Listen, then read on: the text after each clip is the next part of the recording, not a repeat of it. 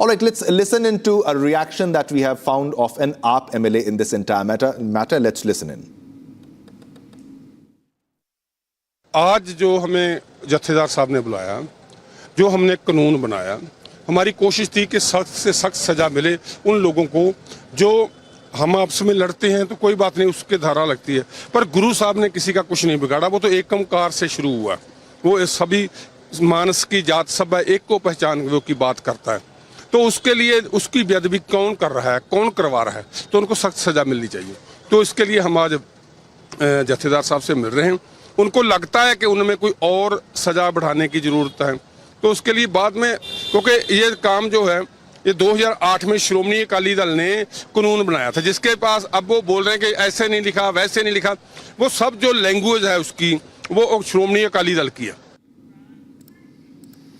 All right, so all Sikh MLAs who were summoned by Shri Akal Takht, the holy body for the supreme holy body for the Sikhs. And this is the visual. These are the visuals of the Sikh MLAs, regardless of the party affiliation. They were summoned for a discussion on what happened for about the sacrilege law, anti-sacrilege law. Now, all eyes were today on Akal Takht in Amritsar today, as Punjab Sikh MLAs, even cabinet ministers, Vidhan Sabha Speaker had to appear to explain their position on the disputed anti-sacrilege law, and this concerns the sanctity of Shri Guru Granth Sahib. Now, these are the visuals as per from the proceedings, because they were summoned at Shri Akal Takht, and all the Sikh MLAs were called, and this they did not just summon the AAP MLAs in this matter, but all the Sikh MLAs had been summoned by the holy supreme body, that is the Shri Akal Takht, for this.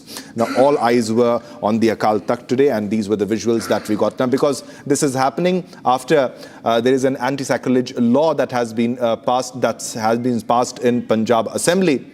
And all right, now let's go to Shuvendu Adhikari in West Bengal Assembly. Let's listen. আপনাদের পতাকা বহন করার লোক থাকবে না। Case এরকম case আমাদের বহরমপুরে জেল খাটা আছে।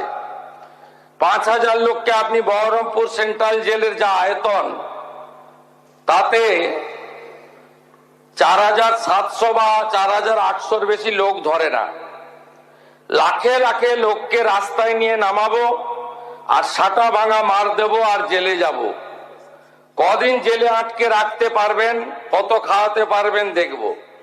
লিমিট যেদিন ক্রস হয়ে যায় না, মাথাটা যেদিন গরম হয়ে যায়, সেদিন আমি এসপি বুঝবো না, চিফ মিনিস্টারে বুঝবো না, আর কে কোথায় থাকলো আর কে কোথায় থাকলো না ওসব বুঝবো না। আমি নিজেই নেতৃত্ব দিয়ে দাঁড়াবো। এটা একটা ইনসিডেন্ট 1। ইনসিডেন্ট 2, শক্তিপুরে দুয়ারা ঘাটে 8 তারিখে, সেখানে উনি বলছেন ভোটের আগের দিন আমার নিজের ভাইপোকে অ্যারেস্ট করেছে এই ওসি। এই আমি তো ভাষা বলতে পারবো না, এই বাচ্চাকে আগে। All right, so this is CM Shuvendu Adhikari speaking in West Bengal Assembly, because today was the day when the UCC bill had to be tabled, but we got to know there's an update in this matter, because there will be a committee that will be formed. After forming the committee, then only the bill will be tabled, and probably it will not be tabled today. Now, this is the proceedings from the West Bengal Assembly. The visuals are coming in from the West Bengal Assembly where CM Shuvendu Adhikari is speaking. Live visuals coming in from the Assembly. Shri Shuvendu Adhikari, Honorable Chief Minister of West Bengal, speaking on various issues, because various issues are being discussed in the West Bengal Assembly. And right now, these are the live visuals from the proceedings coming in from where CM Shuvendu Adhikari is speaking. The very important UCC bill was to be tabled today.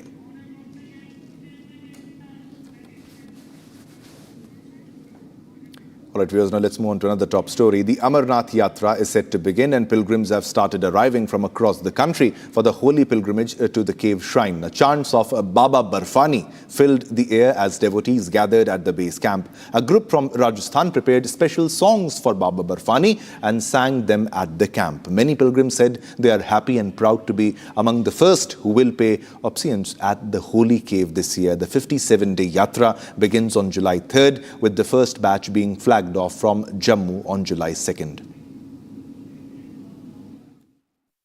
Pilgrims have started arriving for the Amarnath Yatra that is set to start from the 3rd of July, and right now we are reporting from the Bhagwati Nagar base camp where hundreds of pilgrims have started arriving here in the large numbers amid heavy security deployment that has been done here. I'll request Ashu to show you the massive security deployment of the CRPF as well as the security wing of the Jammu and Kashmir police that has been deployed here, and a multi-layer security is here. But here the chants of Baba Barfani are something that is electrifying this entire atmosphere. We'll try to speak to some people. Sir, मुझे बताइए कितनी ज़्यादा खुशी है दर्शनों के लिए? बहुत बहुत ज्यादा खुशी है, और ये देख ले हर सब उम्मत कहीं कहीं से आ रहे हैं, हर एक स्टेट से आ रहे हैं आदमी, उमड़ पड़ रहे हैं जोश के साथ, जुनून के साथ पूरा बाबा का दर्शन करने के लिए। दर्शन करें। माता जी, आपसे कहूंगा पूरा तो नहीं लेकिन कुछ चंद पंक्तियां वो सुना दें। क्या सुनाए? जो बाबा के भजन आपने गाया था। अच्छा, बोलो भोले बाबा की जय, बोलो पार्वती मैया की जय। ओहो भोले बाबा बारात लेके आना, भूले मत जाना, हिमाचल वाले रोड पे तो है गौरा मिलेगी यारे मोड़ पे। All right, it's time to slip into a short commercial break, but don't go anywhere. Coming up next, mystery theft at ex-judge Giribala's residence. Attempted theft of files, but thieves scoot on hearing police siren. Was it an attempt to tamper evidence? Coming up next.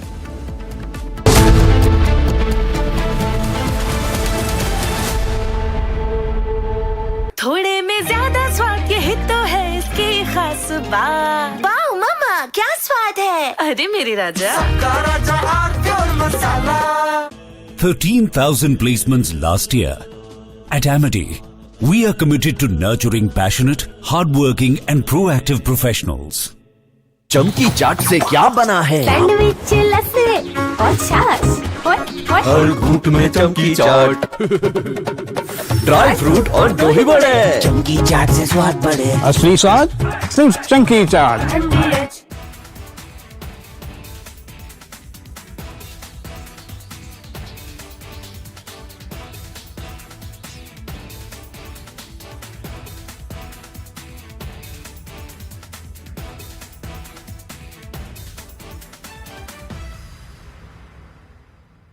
Ladies and gentlemen, I want to talk tonight about an incident where an FIR got registered against 4 people. This is an incident which has happened in Madhya Pradesh, in Ujjain, and there is this strange video which shows a van suspended about 40 feet in the air. And it's suspended with a crane, some kind of a huge big crane. And there are explosives which are put inside this van, and then the van is detonated. Watch this very carefully, ladies and gentlemen. This is apparently during a Muharram procession where the organizers fill a car with explosives, lift it 40 feet in the air with explosives, put a slogan on the vehicle saying, "Le fir aage," which means, "Look, we are back." And then they explode the van. And at that point of time, there are posters put, there's a lot of mayhem. It's also seen in the video that there are 2 people who are waving red flags before the blast, and the car is detonated mid-air amidst the spectators. There are videos from an Instagram account which also show a young man performing other explosion-related stunts, such as filling a drum with explosives and blasting it. And there are intense explosives used out there. This is all a celebration of explosions. These are not fireworks, let me tell you this, viewers.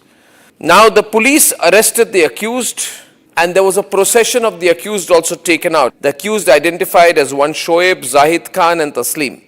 Shoaib organized the event, and Zahid and Taslim were the ones waving the flag while standing on the vehicle before the vehicle was blown up. This is what has happened. And this is the strangest and most dangerous incident that has happened, because we don't.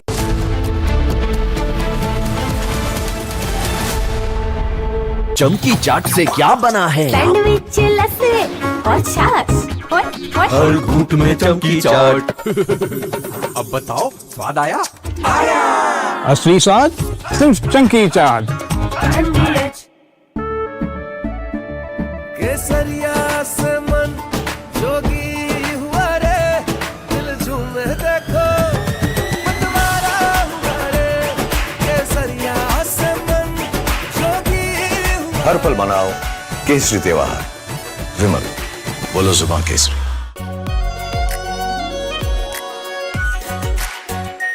Are pure shahi paneer masala, delicious, healthy every day. Ladies and gentlemen, yesterday I said that Bhagwant Man's problem is that in the process of covering up one lie, he is lying a second time. So to cover two lies, he lies a third time and a fourth time, and now he's in a big trap. He is doing everything possible to save his job, but it's going to become more and more difficult for him. Plus, I think he has some very foolish advisors. You see, this controversy is about a younger Bhagwant Mann. He's about 52 years now, 52 or 53. And the video apparently goes back to the time he was 39 years old. This is a video he's released. Let me first show you the other video, the controversial video. This, ladies and gentlemen, is a picture of Bhagwant Mann at the age of 39. And visibly, over the last 13 years, he's aged. There's nothing wrong with that. We all age. But there's a distinct difference in facial appearance.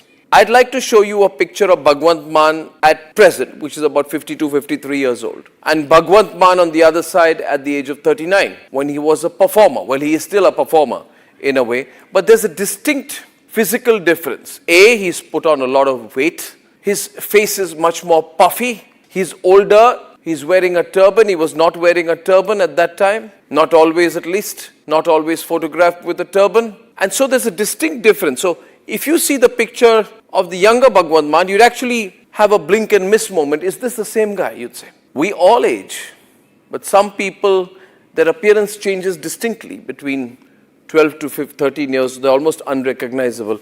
And Bhagwant Mann is fortunately on. From Asia's largest news headquarters, setting the agenda for Bharat.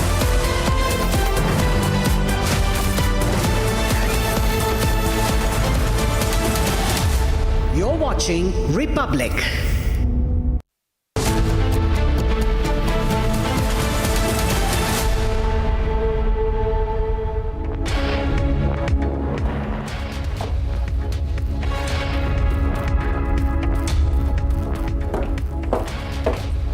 Hello, welcome viewers. You're watching live and breaking on Republic TV with me, Ishita Mitra. Our top focus as BJP continues its UCC spree across the nation. Bengal BJP now makes the first step by introducing the bill and also delivering a big statement on what is the committee to be formed for the implementation of UCC in the state. Getting you all the details on that, but first up a quick check at the top headlines. BJP's pre-poll promise push gathers pace. Chief Minister Swetha Adhikari likely to make a big statement on UCC in the Assembly. After Champatrai, Anil Mishra, Gopal Rao to step down. Gopal Rao likely to resign from his position of temple manager.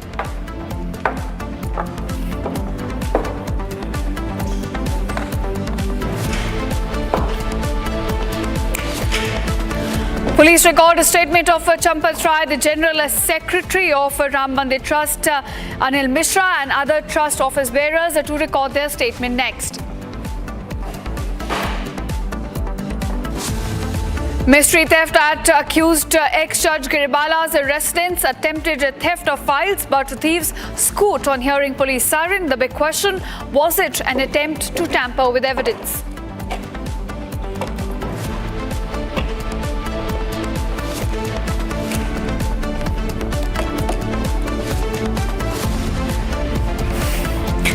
Akal Takht summons all Sikh MLAs and Punjab ministers over anti-sacrilege law. The big meeting underway at the Golden Temple in Amritsar.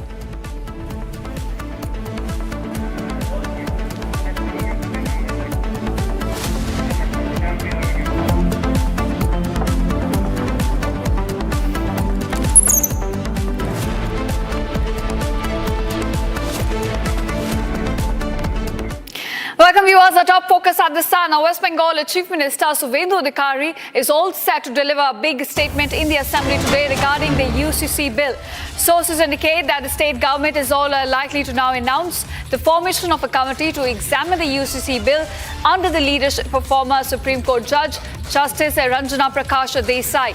The committee, in fact, is expected to include eminent personalities from different sections of society, while opposition representatives may also be inducted at a later stage to ensure that there is wider consultation on this issue.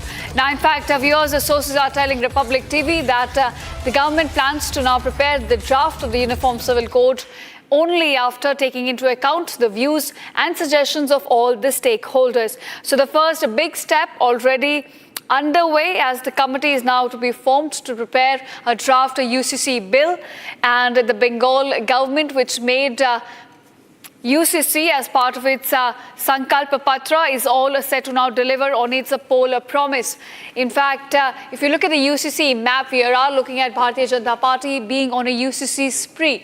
There are several states like Goa, Uttarakhand, Gujarat, where UCC is already in place, and the other state where it is still in the pipeline. You have Madhya Pradesh, Chhattisgarh, Maharashtra, and also Bengal now joining in the wagon, where the UCC is all in the pipeline.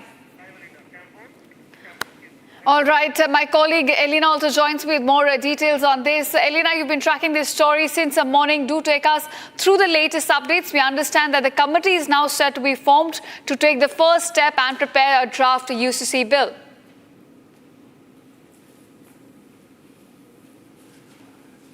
Yes, definitely. So the UCC bill will not be tabled today. CM Subhendu Adhikari may give a statement on UCC today, but the bill will be not on the tables after forming the committee. The West Bengal Maintenance of Public Order Amendment Bill and the West Bengal Commission for Backward Class Amendment Bill and the West Bengal Backward Classes Amendment Bill are being tabled today. But UCC bill, Uniform Civil Code Bill, will not be tabled today. West Bengal Chief Minister Subhendu Adhikari may give a statement for the UCC bill today, but the bill will be not tabled assembly for the forming after forming the committee. The West Bengal Maintenance of Public Order Amendment Bill and the West Bengal Commission for Backward Class Amendment Bill, the West Bengal Backward Class Amendment Bill are being tabled today, but UCC Uniform Civil Code Bill will not table today in the assembly. Back to the studio. All right. Thanks, Elena, for joining us and giving us the latest on this. In fact, my colleague Elena herself has spoken to BJP MLA Dr. Rajesh Kumar on the implementation of UCC in West Bengal. Let's take a listen to that exclusive conversation.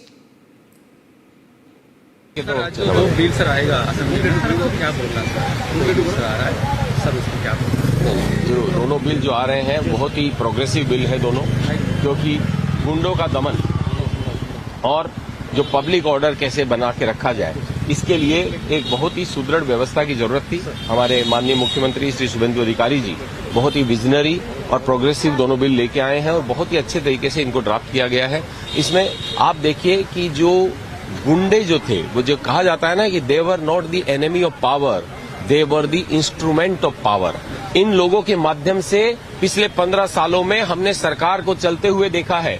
जो भी police अधिकारी जरा सा भी किसी गुंडा और ऐसे अपराधी लोगों के खिलाफ कार्रवाई करता था, शाम होने से पहले उसका बदली का आदेश उसके हाथों में होता था, और जो लोग उसको दूसरी तरफ देख लेते थे, उनकी तरफ कोई कार्रवाई नहीं करते थे, उनको पूरा रिवॉर्ड किया जाता था। जो कहते हैं ना कि आप पुलिस का मनोबल तोड़ने के लिए आपको उससे हथियार नहीं लेने पड़ेंगे, आपको पुलिस को कमजोर बनाने के लिए उसके हथियार नहीं तोड़ लेने होंगे। आप पुलिस को अगर कमजोर करना चाहते हैं तो उसके मनोबल को तोड़ दीजिए, और उन्होंने यही गत 15 सालों में किया। आज फिर से पुलिस के हाथ में कानून है और कानून रहेगा, और साथ में एक ऐसी सक्षम, योग्य और निरपेक्ष सरकार की बैकिंग रहेगी, जिसके कारण वो जो करना चाहते हैं इन गुंडों के दमन के लिए वो काम कर सकेंगे। मेंटेनेंस ऑफ पब्लिक ऑर्डर में इस चीज को बहुत अच्छे से डिफाइन किया है कि ये जो लोग जला देते हैं, दंगा फसाद करते हैं, लोगों की प्रॉपर्टीज को नष्ट करते हैं, उसका मतलब क्या है, कैसे 15B में कि कैसे वो पनिशेबल है, 15C में कैसे हम इसको कलेक्टिवली सब लोगों से रिकवरी कर सकते हैं, इन सारी चीजों की व्यवस्था इसमें की गई है, जिससे और क्लेम कमीशन बनाया गया। एक साधारण आदमी भी जिसकी दुकान या कोई सब्जी की दुकान या और कोई दुकान में भी तोड़फोड़ अगर हो गई है, इससे पहले वो अपने आप उसको सब कुछ करना पड़ता था, या इंश्योरेंस से कुछ मिल जाए तो मिल जाता था, लेकिन आज सरकार ने इस चीज की व्यवस्था की है कि वो भी क्लेम कमीशन के सामने जाकर के इसके बारे में रिकवरी मांग सकते हैं, हर्जाना मांग सकते हैं उन लोगों से जिन्होंने काम किया है। साथ ही साथ गुंडों का दमन, जो दूसरा west Bengal public safety and control of anti social activities act जो लाया गया है, इस बिल में भी जिस तरह की व्यवस्था की गई है, गुंडों को डिफाइन किया गया है, जिनके विरुद्ध में arms act, NDPS act, explosive substance act या भारतीय न्याय संहिता के किसी भी प्रावधान में उनको कन्विक्शन हुआ हो या रिपीटेड चार्जशीट हुई हो, उन व्यक्तियों को इसमें इस अधिनियम, इस एक्ट के तहत जब पास हो जाएगा तब इसके तहत उसके विरुद्ध में कार्रवाई की जा सकेगी। इसके लिए बहुत ही सेफगार्ड के साथ इसमें एक हाईकोर्ट के जज के नेतृत्व में एक एडवाइजरी बोर्ड का भी गठन है, जिससे अगर किसी भी व्यक्ति को लगे कि उस पर गलत कार्रवाई हुई है तो वो कोर्ट में जा सकता है, ट्राइब्यूनल के पास जा सकता है, बोर्ड के पास जा सकता है, और बोर्ड के पास जाकर के ये चीज बोल सकता है कि आप हमें हमको इससे रक्षा प्रदान कीजिए, तो वो जैसा निर्णय करेंगे वो होगा। तो इसलिए आज मैं कह सकता हूं कि पुलिस के हाथ में सक्षम कानून है और पीछे एक बहुत ही सशक्त और निरपेक्ष सरकार की बैकिंग है, जिससे हम गुंडों का दमन कर सकेंगे और जो बदमाशी करेंगे उनसे हर्जाना वसूल कर सकेंगे।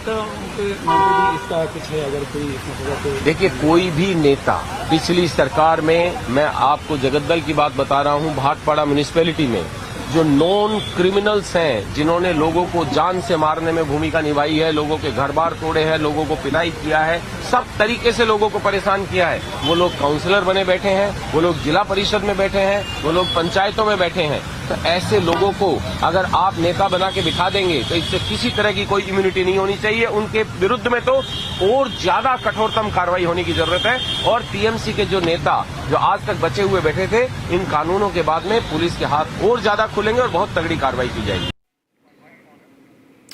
All right, here's now shifting focus. The Delhi High Court has now granted interim relief to a group of women officers of the Indian Air Force by temporarily staying their discharge from their service until it hears their petitions in detail.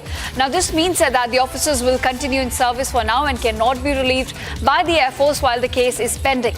Now, these women officers are in fact short service commission officers. They were denied permanent commission by the selection process and were due to be released from their service after completing their SSC tenure.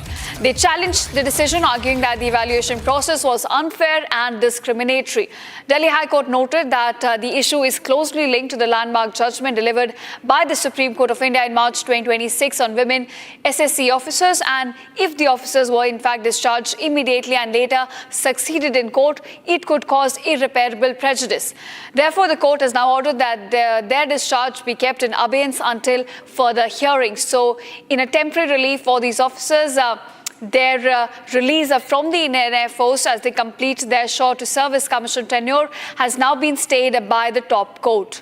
So it is in fact good news for them, but they are saying that the evaluation process for them to turn their tenure at short service commission into permanent commission was unfair and discriminatory.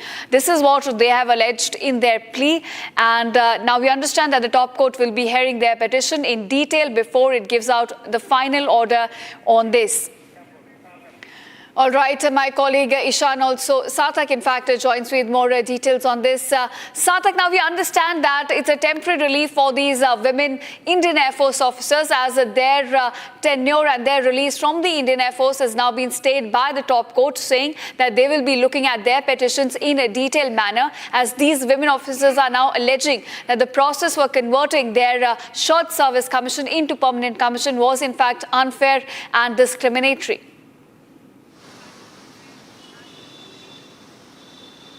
Well, absolutely, Ishita. This particular case is linked to a landmark judgment that was passed by Supreme Court on March 24, 2026, where the Supreme Court observed that the women SSC officers in the Army, in the Navy, in the Air Force have suffered systematic discrimination by the system. This was very explicitly mentioned by Supreme Court in the order, and they said that the officers who were wrongly denied permanent commission because the entire argument was that the short service commission who actually deserve to be on a permanent payroll, they should be given that opportunity. They were being denied that, and Supreme Court observed that the court found that there were flaws in the evaluation process and had adversely affected their career progression. So after this this landmark judgment by the Supreme Court, a petition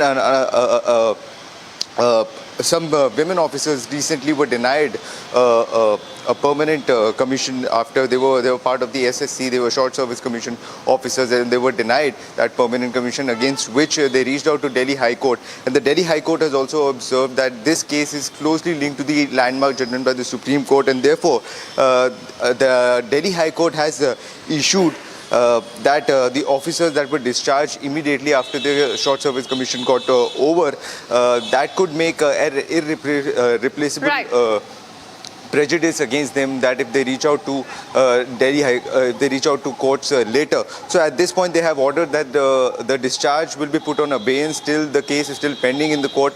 The arguments will take place. This was the first hearing in the court, and now eventually what court will observe, it's highly likely that court will abide by the Supreme Court judgment that was passed recently on March 24, 2026. And more details on this is something that we are constantly tracking, Ishita. All right, so for now, an interim relief for these women officers of Indian Air Force. So thanks, Sadak, for joining us and giving us all these details.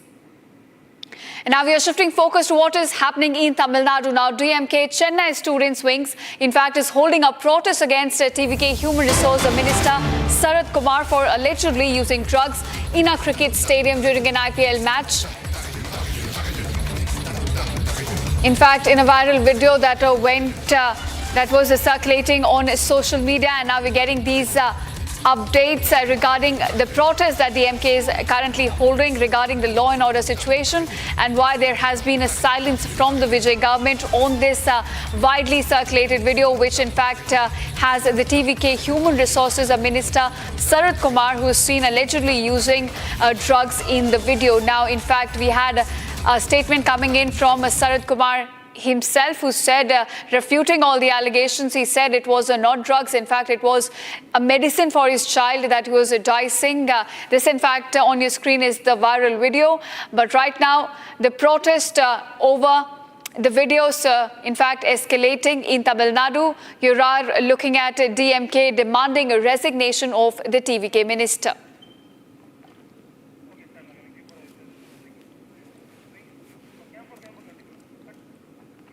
All right, viewers, now moving on, a petition seeking a CBI inquiry may now be filed in the Supreme Court by the Faizabad Bar Association. A committee, in fact, comprising certain lawyers may be formed to assist the prosecution, and a demand may be raised to register a case under Section 173 against the accused Champat Rai, Anil Mishra and Gopal Rao. In fact, measures may also be taken to prevent these individuals from leaving Ayodhya itself. No lawyer shall represent these individuals, and anyone who does so will face a fine rupees of 5 lakh and the termination of their membership. That's the decision that's been taken by Faizabad Bar Association. Now, remember, this is where all the 8 accused will be produced today, as their judicial custody ends today. So we are looking at anger now growing within lawyer community as well over the breach of trust that's taken place in the Ram Mandir donation theft.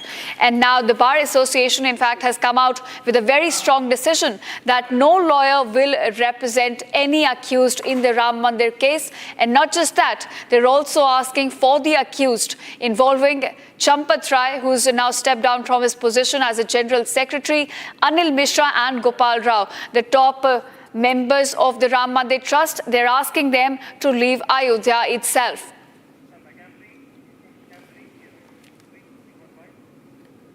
And now here's more developments coming to light in this case. The Ayodhya Ram Mandir donation embezzlement case now continues to witness rapid developments. The Supreme Court, in fact, has now refused an urgent hearing in this matter, observing that there is no need for an immediate intervention and that the case can be taken up by a regular bench. Meanwhile, the Ram Mandir Trust has also reportedly initiated a comprehensive review of all the appointments that have been made so far within the temple administration. Sources, in fact, have informed the Republic that employees recruited through recommendation process or outside the prescribed recruitment process could now face action as a part of an effort to bring greater transparency in the system. So with the judicial custody of all the 8 accused now ending today, the police are expected to seek their custodial remand, even as simultaneous raids continue at the residences of all the 8 accused. Now, we are understanding that Gopal Rao may also step down from his position of a temple manager. He's been linked to temple operations, and this comes after his other members of the trust, Anil Mishra and Champat Rai, have already stepped down from their respective positions. So, rapid developments, in fact, coming to light in Ram Mandir case.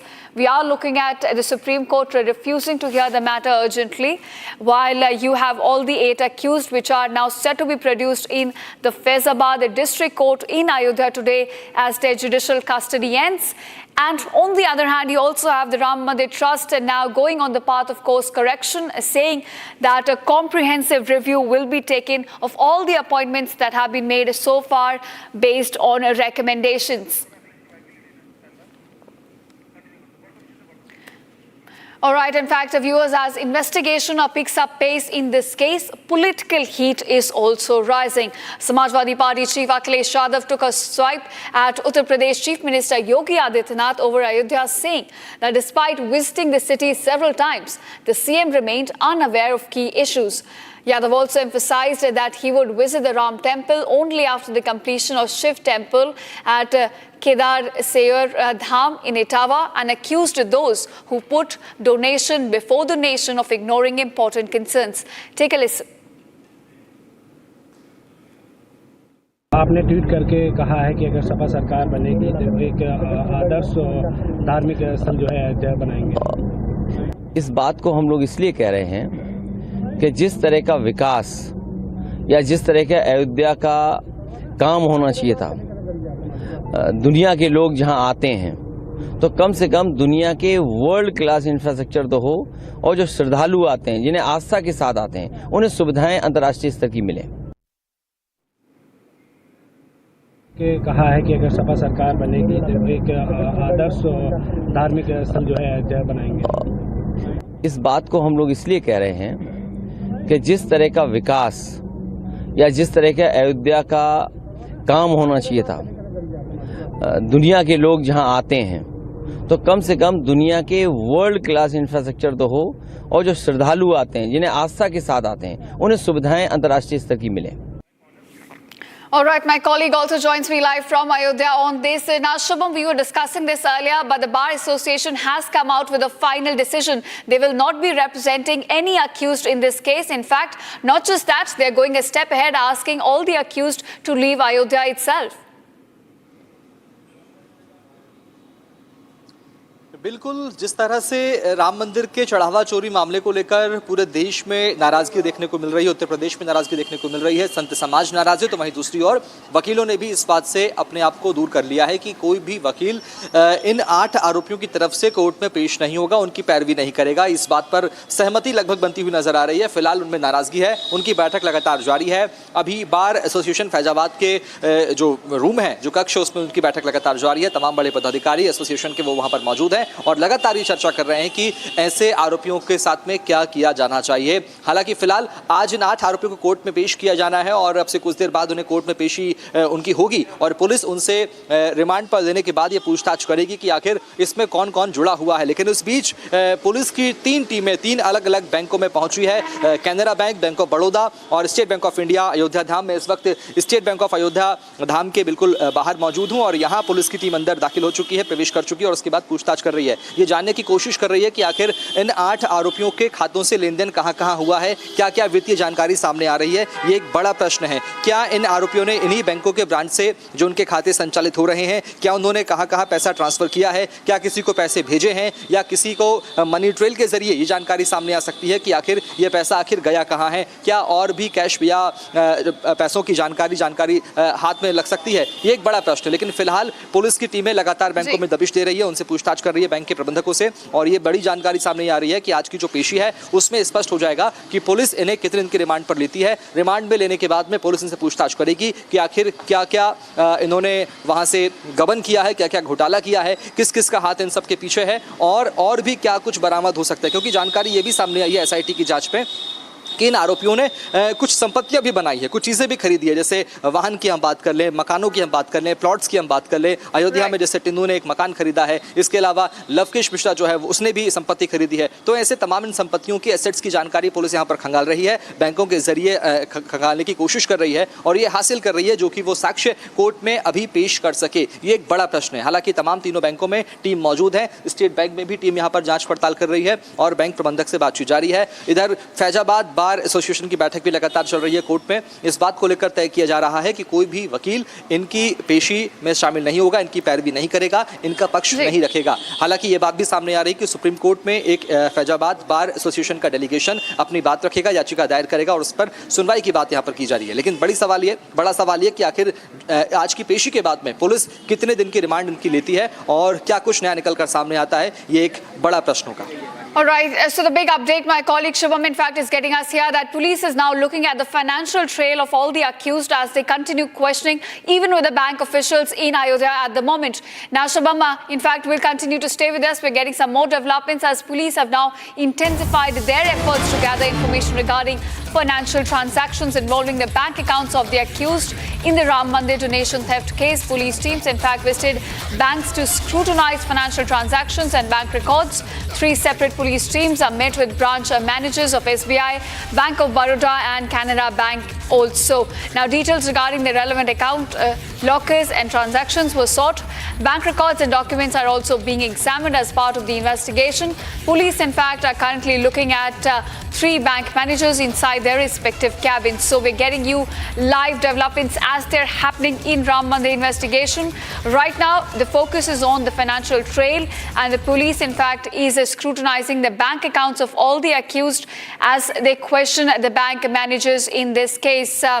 So as my colleague Shubham was also telling us on this, that right now all the focus is on tracking their financial assets, going through their bank records, and right now we understand that 3 separate police teams are involved in this investigation.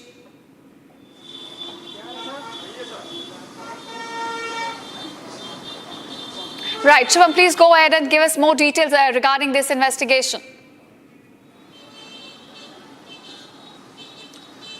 बिल्कुल, police की 3 टीमें bank of Baroda, Canara bank और State Bank of India, जहां मैं मौजूद हूं, इन तीनों बैंकों में पुलिस की टीमें प्रवेश कर चुकी हैं, बातचीत कर रही प्रबंधकों से और बैंक लॉकर्स की जानकारी हासिल कर रही है कि ट्रस्ट के जो बैंक खाते हैं उनमें क्या क्या लेन देन अभी हाल के विषय में हुआ है, क्या निकाला गया है, क्या इसमें जमा किया गया है। इसके अलावा इन तमाम 8 आरोपी जिनके खाते इसी अयोध्या धाम बैंक की शाखा में हैं, उनकी जानकारी भी पुलिस की टीम यहाँ पर बैंक मैनेजर से हासिल करने की कोशिश कर रही है। स्टेटमेंट्स यहाँ पर निकाले जा रहे हैं जिसके जरिए पता चलेगा कि क्या इन आरोपियों ने इन रुपयों को किसी रिश्तेदार या किसी दोस्त या किसी परिजन के खाते में ट्रांसफर तो नहीं किया। इस बात की जानकारी भी खंगालने की कोशिश कर रही है। बैंक ऑफ बड़ौदा में भी कुछ ऐसी प्रक्रिया चल रही है, कैनरा बैंक में भी सेम ऐसी ही प्रक्रिया चल रही है। वहां भी ये बताने की कोशिश कर रही है, पूछने की कोशिश पुलिस यहाँ पर कर रही है। बैंक ऑफ बड़ौदा में भी ये तस्वीर आपको दिखा दूं, बैंक ऑफ बड़ौदा की ब्रांच यहाँ पर ठीक सामने है। अयोध्या ब्रांच जिसे बताया जाता है, ये स्टेट बैंक ऑफ इंडिया और ये बैंक ऑफ बड़ौदा, यहाँ भी पुलिस की टीम मौजूद है और वो स्टेटमेंट यहाँ पर खंगाल रही है उन आरोपियों के जिनके इस बैंक में खाते हैं या जिन्होंने यहां से पैसा ट्रांसफर किया है या निकाला है। इसको लेकर भी बड़ी जानकारी सामने आ रही है। हालांकि इस बीच पुलिस ने अलग अलग ठिकानों पर दबिश दी है। इन तमाम आरोपियों के मकानों पर पुलिस ने दबिश दी है और घरों पर जाकर ये जानने की कोशिश की है कि क्या कुछ संपत्ति उनके पास अब तक हासिल की गई है, क्या उन्होंने हाल के समय में खरीदा है जब से ये चोरी का मामला सामने आया है। लेकिन फिलहाल बड़ा सवाल यह है कि स्टेटमेंट्स में क्या निकल कर सामने आता है। ये वो साक्ष्य हैं जो कोर्ट में पुलिस पेश करने वाली है आज की सुनवाई में। ये बड़े मजबूत और अहम सुराग होते हैं स्टेटमेंट्स के जरिए जो ये प्रूफ कर देंगे कि पैसों का ट्रांसफर कहां हुआ, पैसों का लेन देन कितना और कहां हुआ, किसे भेजा गया है। Shubham, we'll get the answers to these questions as the investigation proceeds in this case. But for now, thanks so much for joining us and giving us all these latest details about the investigation. And now, viewers, with that, we're slipping into a very short break. But thanks so much for watching this edition of Live and Breaking. And coming up after a very short break, Akal Takht now summons all Sikh MLAs and Punjab ministers over the anti-sacrilege law in the state. A crucial meet right now is underway in Amritsar at the Golden Temple. Getting you all the details on that on the other side. चमकी चाट से क्या बना है? आलू चाट या fruit चाट, स्वाद बनाए चमकी चाट। क्या बात है? स्वादिष्ट पकोड़े और फरसान, अरे चमकी चाट है इसकी जान। असली स्वाद सिर्फ चमकी चाट। AU करंट अकाउंट के साथ मिलता है free UPI QR overdraft facility और एक ही ऐप से बैंक के सारे काम। AU सोच बदलो और बैंक भी।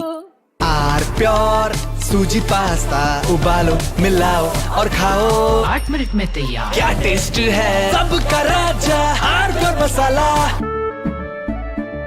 केसरिया से मन जोगी हुआ रे, दिल झूमे देखो मतवारा हुआ रे। केसरिया से मन जोगी हुआ। हर पल मनाओ केसरी त्योहार। विमल, बोलो जुबान केसरी। प्यास बुझाए, ठंडक लाए, सबको भाए जीरा से। MTH का जलजीरा जीरा से। जीरा से असली रिफ्रेशिंग, असली स्वाद, असली मजा। MTH।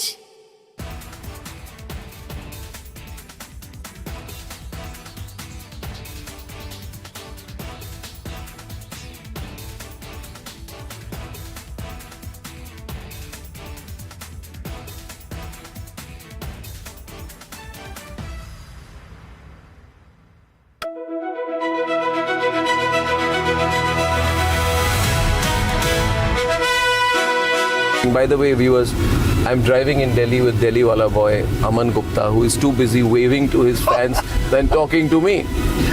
Please come down to earth, Aman. Yes, I am sorry. You're on my show. I forgot. This is not your show. This is my show. Stop waving to your fans. Be modest. Now everybody look. अरे आप politician हो. आप politician हो. आप ये क्या कर रहे हो? This is too much. आपने बोला humble हो, मैं humble हो रहा हूँ।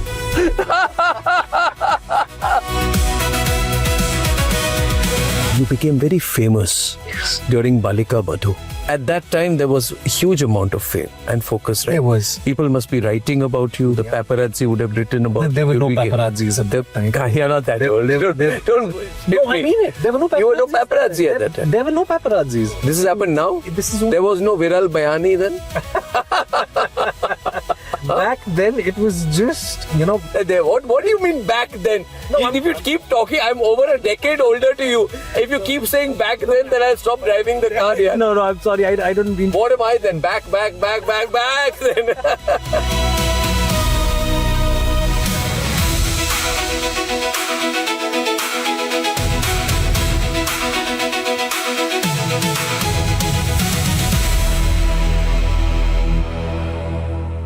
Ladies and gentlemen, yesterday I said that Bhagwant Man's problem is that in the process of covering up one lie, he is lying a second time. So to cover two lies, he lies a third time and a fourth time. And now he's in a big trap. He is doing everything possible to save his job. But it's going to become more and more difficult for him. Plus, I think he has some very foolish advisors. You see, this controversy is about a younger Bhagwant Mann. He's about 52 years now, 52 or 53. And the video apparently goes back to the time he was 39 years old. This is a video he's released. Let me first show you the other video, the controversial video. This, ladies and gentlemen, is a picture of Bhagwant Mann at the age of 39.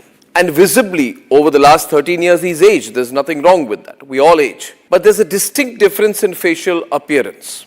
I'd like to show you a picture of Bhagwant Mann at present, which is about 52, 53 years old. And Bhagwant Mann on the other side at the age of 39, when he was a performer. Well, he is still a performer in a way. But there's a distinct physical difference. A, he's put on a lot of weight. His face is much more puffy. He's older. He's wearing a turban. He was not wearing a turban at that time. Not always, at least. Not always photographed with a turban. And so there's a distinct difference. So if you see the picture of the younger Bhagwant Mann, you'd actually have a blink and miss moment. Is this the same guy, you'd say? We all age. But some people, their appearance changes distinctly between 12 to 13 years. They're almost unrecognizable. And Bhagwant Mann is, fortunately or unfortunately, among those people. Now, what Bhagwant Mann is trying to say is, the guy you see in the pictures, in the sacrilege video, is not me. And he's banking on the fact that he looks different now. Now look at the picture on the left-hand side, the younger Bhagwant Mann. And look at the pictures on the right-hand side, which is the sacrilege video of 2014, 13 years back, of a younger Bhagwant Mann. And now they look much more similar, don't they? In fact, the more you go close up, you'll find it's probably the same guy. Now, Bhagwant Mann's argument can be privately to some people that if I did something sacrilegious 13 years back, why is it being picked up now? His detractors say it doesn't matter. You did something very bad. Now, to cover himself up, I'll go to the second set of pictures now, which will be of the first original video and the video he's released. In the first original video, Bhagwant Mann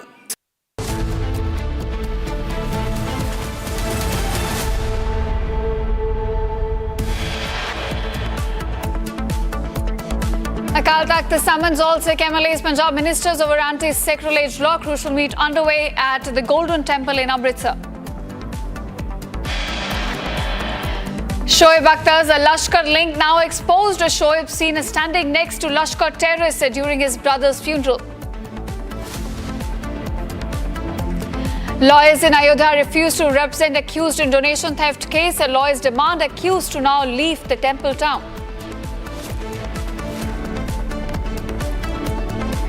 Mystery theft reported at Giribala's residence. Attempted theft of files, but thieves scoot on hearing police siren. The question, was it an attempt to tamper evidence? Pakistan carries out strikes in Afghanistan, killing over 30. Kabul says Pak now targeting civilians again.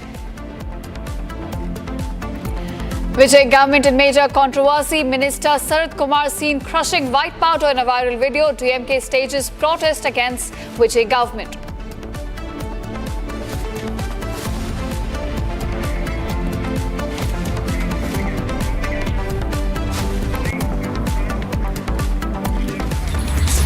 Welcome viewers, you're watching live and breaking on Republic TV with me, Ishita Mitra. Now viewers, on Saturday, Republic broke the agenda-setting story from Pakistan. We did a big expose as Pakistani cricketer Shoaib Akhtar was seen standing next to Lashkar terrorists at his brother's funeral. 4 terrorists were in fact spotted standing next to Shoaib Akhtar. Among these was Imam Rahman, aide of Pahalgam terror attack Saifullah. In fact, he was spotted in the video. Republic also reached out on this to over 20 cricketers for a comment, but all of them refused to speak up on the big expose done by Republic. Not a single comment, in fact, coming in from these cricketers that we reached out to on this big expose, showing that how Pakistan's cricketers also continue to work hand in gloves with these terror outfits. And despite that, despite the big expose, despite Republic reaching out to these cricketers, over 20 of them, no one made a single comment on this expose, showing that how Shoaib Akhtar was seen standing next to these Lashkar terrorists, these terrorists who are involved and are a close aide of Pahalgam mastermind as well, Saifullah Kasuri. And despite that, despite us showing these videos, doing the big expose, there was not a single comment made by these cricketers that we reached out to. In fact, let me show you these visuals again and emphasize. Now you can see in one screen, Imam is seen as standing next to, in fact, Shoaib Akhtar. He was present at the funeral of his brother. And this same man has been spotted multiple times with the mastermind of Pahalgam terror attack as well, Saifullah Kasuri. The Pahalgam attack which killed 26 innocent lives. So we did this big expose showing you how Pakistani cricketers continue to work hand in gloves with these terror outfits. And despite that, when we reached out to several of cricketers, in fact, for a comment, there was not a single comment made by these cricketers.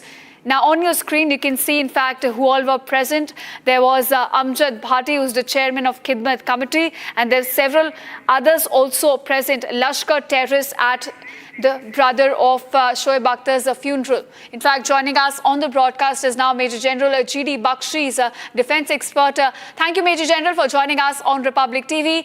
Sir, you were live with us on Saturday when we broke this story exposing the terror links of Pakistani cricketer Shoaib Akhtar. But when we reached out to several of Indian cricketers for a comment on this, not a single one of them, sir, made a comment. How do you look at this?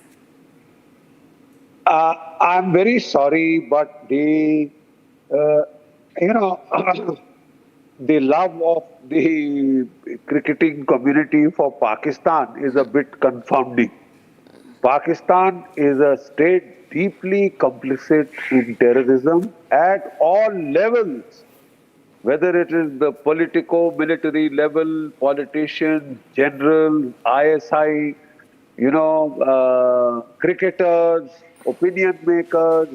I mean, they are all complicit with the terror state and its shenanigans. And the visual evidence, the Americans say, don't tell us, show us.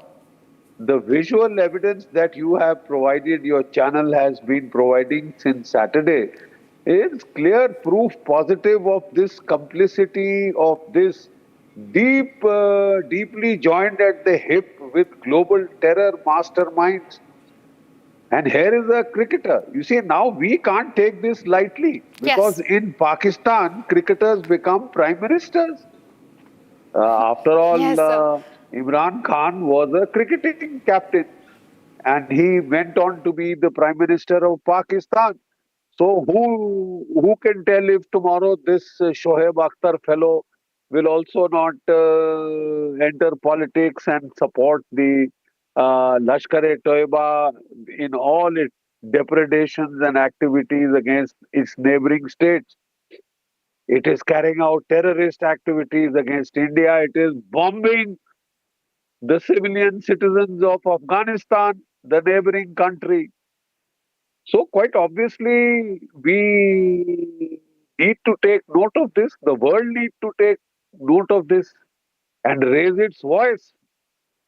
Is it a normal state or is it a bridgehead for the export of jihadi terrorism worldwide? Yes, sir. And there is no let up.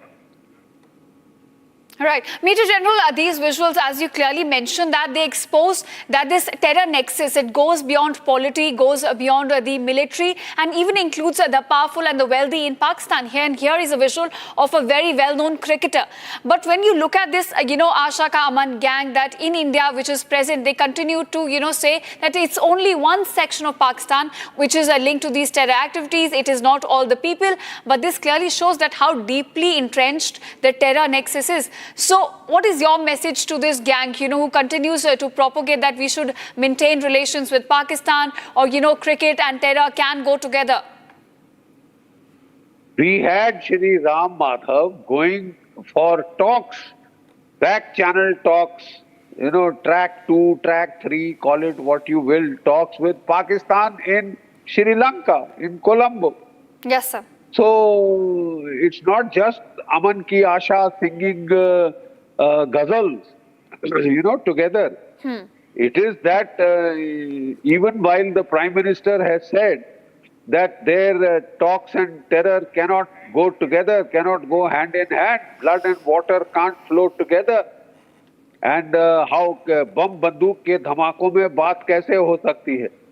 So, what exactly was this all about? What was the need to engage with Pakistan in talks? Tomorrow we will want to play cricket matches, go for love festival, go for mushairas, go for shero shairi, and while they continue to kill Indian citizens, is that justified?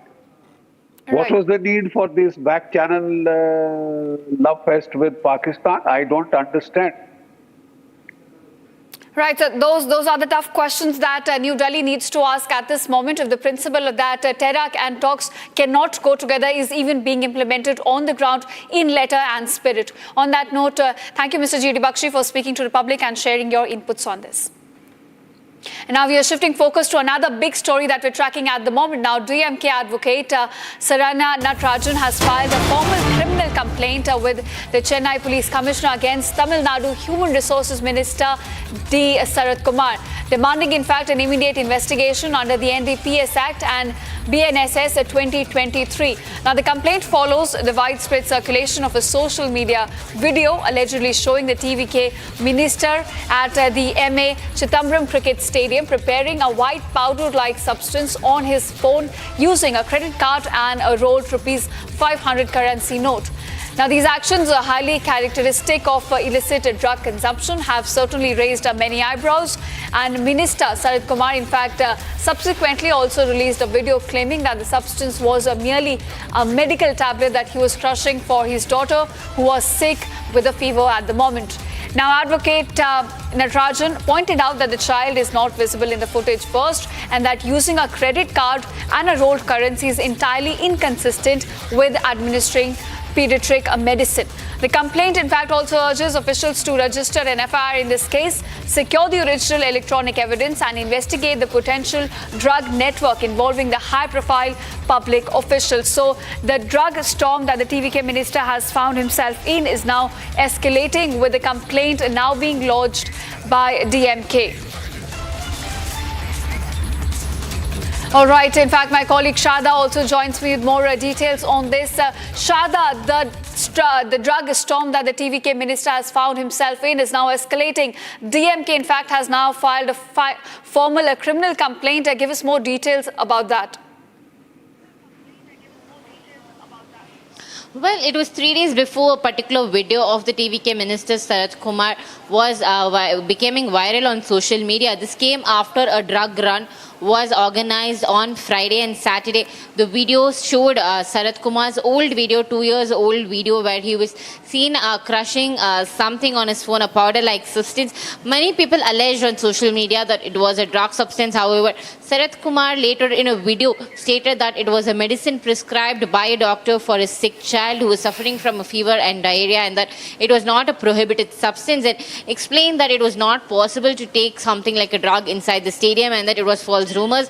Later, a video from the doctor was also provided by TVK Sarath Kumar saying that it was a prescribed medicine and not that. But DMK had multiple doubts in this, and today Saranya Natarajan, the DMK's advocate wing, has submitted a letter to the police commissioner requesting a detailed investigation and inquiry into this. Earlier, the BJP has also asked for the same, especially Nainar Nagendra party president said that the TVK as a party has decided to make sure that the Tamil Nadu will be drug-free, but showing the minister with a video with a caption that says "Thug life has nothing to do with the medicine" is what the BJP pointed out. And today, the DMK's advocate wing has submitted a letter to the commissioner asking for a legal action to be taken in this case. A proper inquiry should be conducted is what Advocate Saranya Natarajan has asked the commissioner. She's also pointed out that no person would crush the medicine given by the pediatrician on their phone using an ATM card or a ₹500 currency, and that too in a stadium with a caption that mentions "Thug life," which has arised a lot of doubts whether the medicine used by the TVK minister Sarath Kumar was actually a paracetamol or was it any other prohibited substance. Right. Of course, we'll have to see what action is now taken based on this complaint filed by the DMK. But on that note, thanks Shada for joining us and giving us all these details. Now we are shifting focus. A shocking and new twist has now emerged in the Twisha Sharma death case. A theft bid was reported at the residence of accused ex-judge Girbala Singh, and it is now raising more questions than answers. Now, police say that the intruders allegedly targeted not just jewelry, but also files containing documents linked to both the accused, Girbala Singh and her son Samarth Singh. Now, in fact, at the time of the incident, Girbala Singh's brother was present in the house, and he said that thieves entered through the a rare portion of the house late on Saturday night, so no one initially noticed the break-in. And coincidentally, a police patrol was also passing nearby, and on hearing the police siren, the burglars panicked, abandoned the stolen goods and then escaped. In fact, police also chased them and they managed to flee. Several questions, viewers, are now being raised as to why would thieves be interested in these documents which are linked to both the accused Samad Singh and Giripala Singh, and more importantly, was this theft bid another attempt to access or tamper with the material linked to the ongoing investigation? That is the big question that Republic is asking at the moment, and with the CBI already probing Tushar Sharma death case, demands are now growing for all the recovered documents to be immediately handed over to the central agency as investigators now examine this latest twist. In fact, my colleague also filed a ground report from outside Giripala's residence where the theft bid was reported from. Let's take a look. Tushar Sharma संदिग्ध मौत मामले में फिलहाल मुख्य आरोपी गिरिबाला सिंह और समर्थ सिंह न्यायिक हिरासत में जेल में हैं, लेकिन गिरिबाला सिंह के इसी मकान में शनिवार रविवार दरमियानी रात को अज्ञात नकाबपोश चोर घुसते हैं।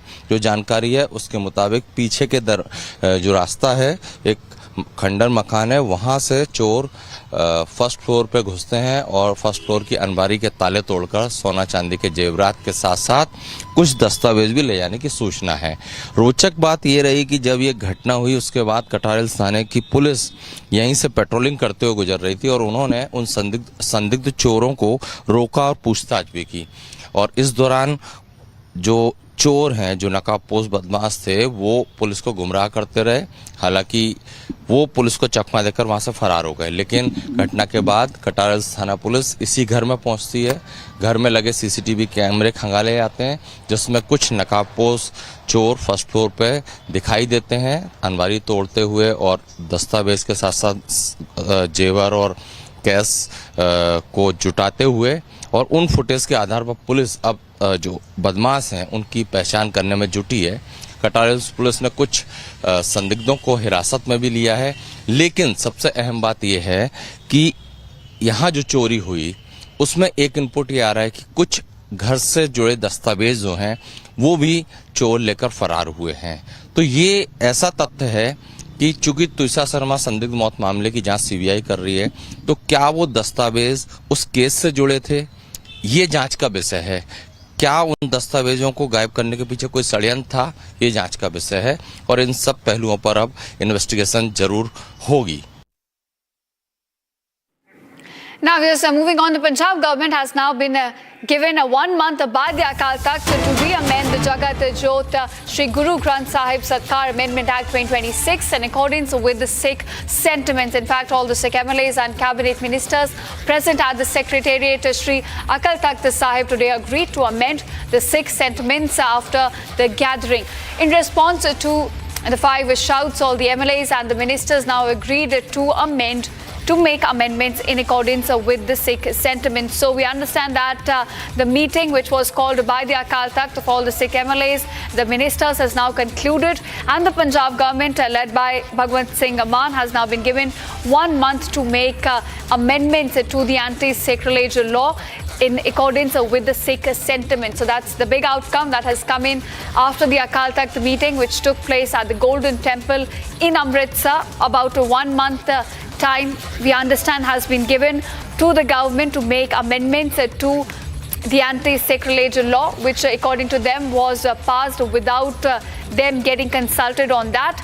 And now as a result, the Sikh Supreme Body in fact has given 1 month to the Punjab government led by Bhagwant Mann to make amendments in the anti-sacrilege law and take into consideration the Sikh sentiments as far as these laws are concerned across Punjab. So that's the big outcome that is coming of the meeting called by Akal Takht at the Golden Temple in Amritsar. These are visuals that we have accessed from inside the meeting. The meeting was called by the Sikh Supreme Body, and all the MLAs, all the Sikh MLAs and the ministers attended the meet, including the AAP MLAs. And what has come out of this crucial meet is that The Punjab government has now been given 1 month to make all the amendments to anti-sacrilege law and to take into consideration the Sikh sentiments and make the changes in the law as per that. So that's the big outcome that we're breaking right now on the Republic TV as per the Akal Takht meeting and the details that we have gathered from this meeting, which has concluded now at Golden Temple in Amritsar.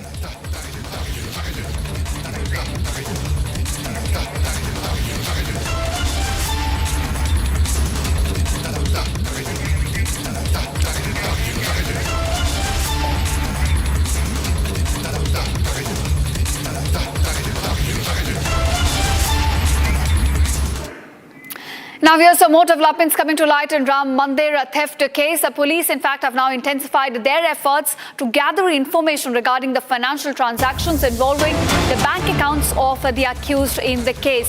In fact, the police teams are now visiting 3 banks to scrutinize financial transaction and bank records of these accused. 3 separate teams, we are given to understand, met with the branch managers as well of SBI, Bank of Baroda and Canara Bank as well. Now, details regarding their relevant accounts, lockers and transactions were sought, and bank records and documents are being examined at the moment as part of this investigation. Police, in fact, are also questioning the 3 bank managers inside their respective cabins. So we're breaking all of these developments regarding Ram Mandir investigation as they are happening. And right now we understand that the focus is on the financial trail of all these accused. And the investigation is going on at about 3 banks in Ayodhya, including SBI, Canara Bank and Bank of Baroda. This is where the bank managers are being questioned, and the details are regarding the assets of the accused, their lockers, their financial transactions are being sought by the officials as the investigation now grows deeper in this case.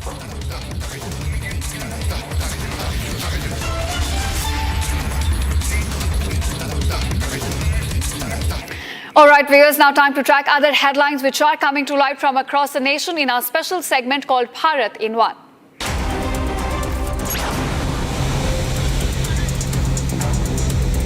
Fire broke out at a factory located on Mahuli Road. Efforts to douse the fire are currently underway in Patna as the fire incident has now been reported at the factory. Fire breaks out at a flat at Aranya Society, Sector 119, within the jurisdiction of the sector. Police station, 6 fire service tenders have already arrived at the scene. Firefighting operations are underway. Fortunately, there have been no casualties as of now. At the inaugural Adani Green Energy Dialogue in London, Sagar Adani called for accelerated global electrification paired with energy storage to deliver reliable, round-the-clock clean power. The event gathered global experts to discuss the investments needed to meet rising power demands from sectors such as AI while supporting a clean energy transition, highlighting the goal of reaching a 50 gigawatt of renewable capacity by 2030, led by its massive 30 gigawatt Khavda plant in Gujarat. The dialogue underscored the Adani Group's $100 billion commitment to sustainable infrastructure, which now includes expanding into nuclear energy alongside renewables.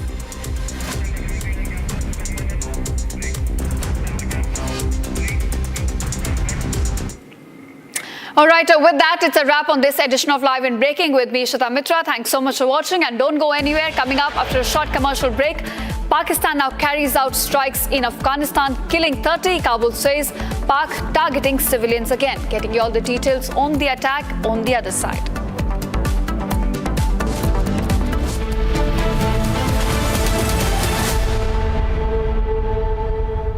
थोड़े में ज्यादा स्वाद यही तो है इसकी खास बात। वाओ मामा, क्या स्वाद है? अरे मेरे राजा, सबका राजा और मसाला। 13,000 placements last year. At Amity, we are committed to nurturing passionate, hardworking and proactive professionals. चमकी चाट से क्या बना है? आलू चाट या फ्रूट चाट, स्वाद बढ़ाए चमकी चाट। क्या बात है? स्वादिष्ट पकोड़े और फरसान, अरे चमकी चाट है इसकी जान। असली स्वाद सिर्फ चमकी चाट। Ladies and gentlemen, I want to talk tonight about an incident where an FIR got registered against 4 people.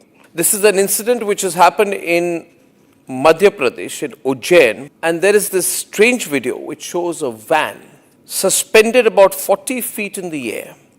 And it's suspended with a crane, some kind of a huge big crane. And there are explosives which are put inside this van, and then the van is detonated. Watch this very carefully, ladies and gentlemen. This is apparently during a Muharram procession, where the organizers fill a car with explosives, lift it 40 feet in the air with explosives, put a slogan on the vehicle saying, "Le fir aage," which means, "Look, we are back." And then they explode the van. And at that point of time, there are posters put, there's a lot of mayhem. It's also seen in the video that there are two people who are waving red flags before the blast. And the car is detonated mid-air amidst the spectators. There are videos from an Instagram account which also show a young man performing other explosion-related stunts, such as filling a drum with explosives and blasting it. And there are intense explosives used out there. This is all a celebration of explosions. These are not fireworks, let me tell you this, viewers.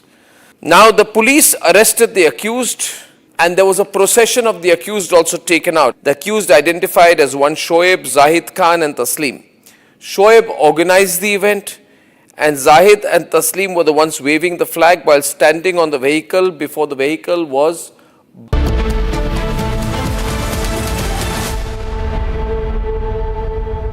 चमकी चाट से क्या बना है? Sandwich, लस्सी और छाछ हर घूंट में चमकी चाट, ड्राई फ्रूट और दही बड़े। चमकी चाट से स्वाद बढ़े। असली स्वाद सिर्फ चमकी चाट। AU करंट अकाउंट के साथ मिलता है free UPI QR overdraft facility और एक ही ऐप से बैंक के सारे काम। AU सोच बदलो और बैंक भी।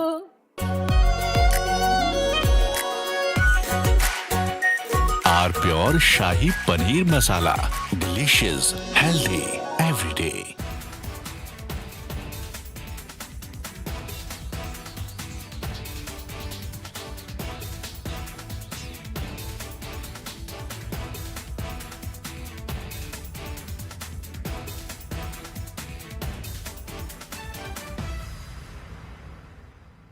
Ladies and gentlemen, yesterday I said that Bhagwant Man's problem is that in the process of covering up one lie, he is lying a second time.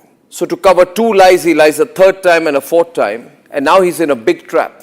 He is doing everything possible to save his job, but it's going to become more and more difficult for him. Plus, I think he has some very foolish advisors. You see, this controversy is about a younger Bhagwant Mann. He's about 52 years now, 52 or 53. And the video apparently goes back to the time he was 39 years old. This is a video he's released. Let me first show you the other video, the controversial video. This, ladies and gentlemen, is a picture of Bhagwant Mann at the age of 39. And visibly, over the last 13 years, he's aged. There's nothing wrong with that. We all age. But there's a distinct difference in facial appearance. I'd like to show you a picture of Bhagwant Mann at present, which is about 52, 53 years old. And Bhagwant Mann on the other side at the age of 39, when he was a performer. Well, he is still a performer in a way, but there's a distinct physical difference. A, he's put on a lot of weight. His face is much more puffy. He's older. He's wearing a turban. He was not wearing a turban at that time. Not always, at least. Not always photographed with a turban. And so there's a distinct difference. So if you see the picture of the younger Bhagwant Mann, you'd actually have a blink and miss moment. Is this the same guy, you'd say? We all age, but some people, their appearance changes distinctly between 12 to 13 years. They're almost unrecognizable. And Bhagwant Mann is...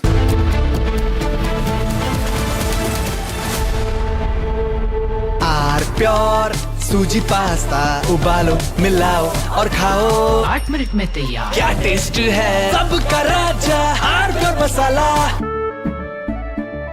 केसरिया से मन जोगी हुआ रे, दिल झूमे देखो मतवारा हुआ रे।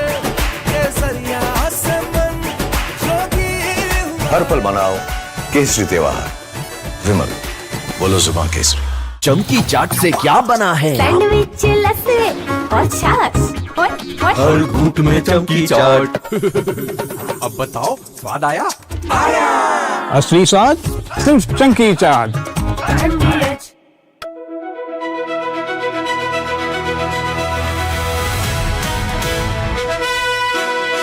By the way, viewers, I'm driving in Delhi with Delhi wala boy Aman Gupta, who is too busy waving to his fans than talking to me. Please come down to earth, Aman. Yes, I am sorry. You're on my show. I forgot. This is not your show. This is my show. Stop waving to your fans. Be modest. Now everybody. अरे आप politician हो. आप politician हो. आप ये क्या कर रहे हो? This is too much. आपने बोला humble हो, मैं humble हो रहा हूँ.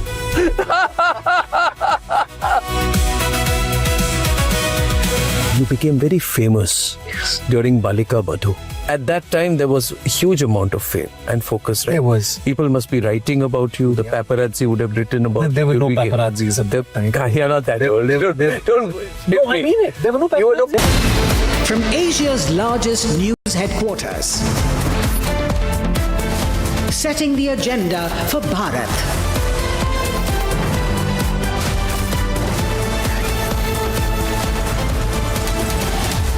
You're watching Republic.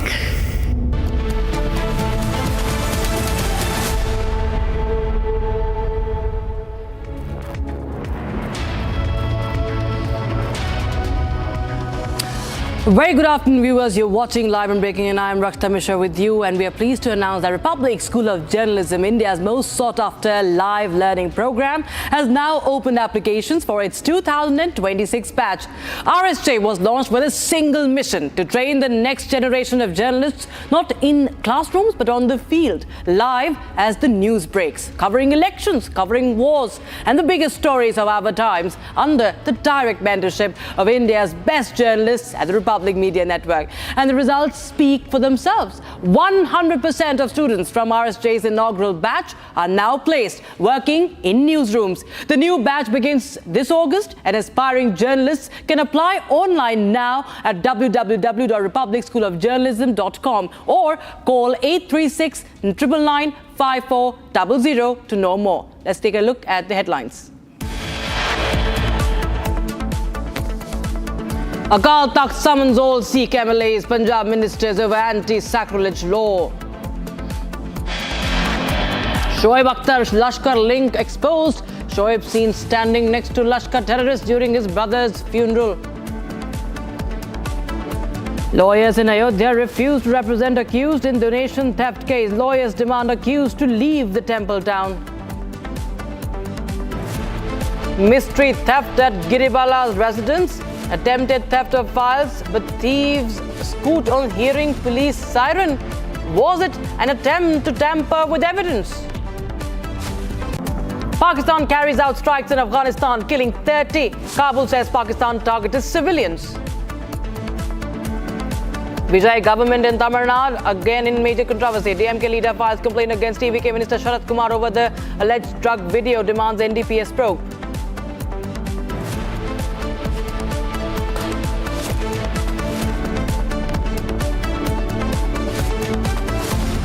Now to the big Republic news break on the TVK minister drug video. Now, sources say Sharat Kumar might be removed from his position in the cabinet. Sources say that he might lose ministership. He may be asked to quit pending investigation. And that's the big update we're getting in right now, as the DMK also mounts attack on Vijay government. Sources say that there is a possibility that Sharat Kumar, the TVK minister, could be asked to quit pending investigation in the matter. So that's the big update we're getting in right now. This is a video that went viral. It was from years ago during an IPL match where Sharat Kumar is allegedly seen, you can see him with white powder, and he has said that it was medicine, it was a capsule that he was crushing. In his defense, that's what he said. But now pressure is mounting on the TVK government, and possibility of him being sacked is high as per our sources.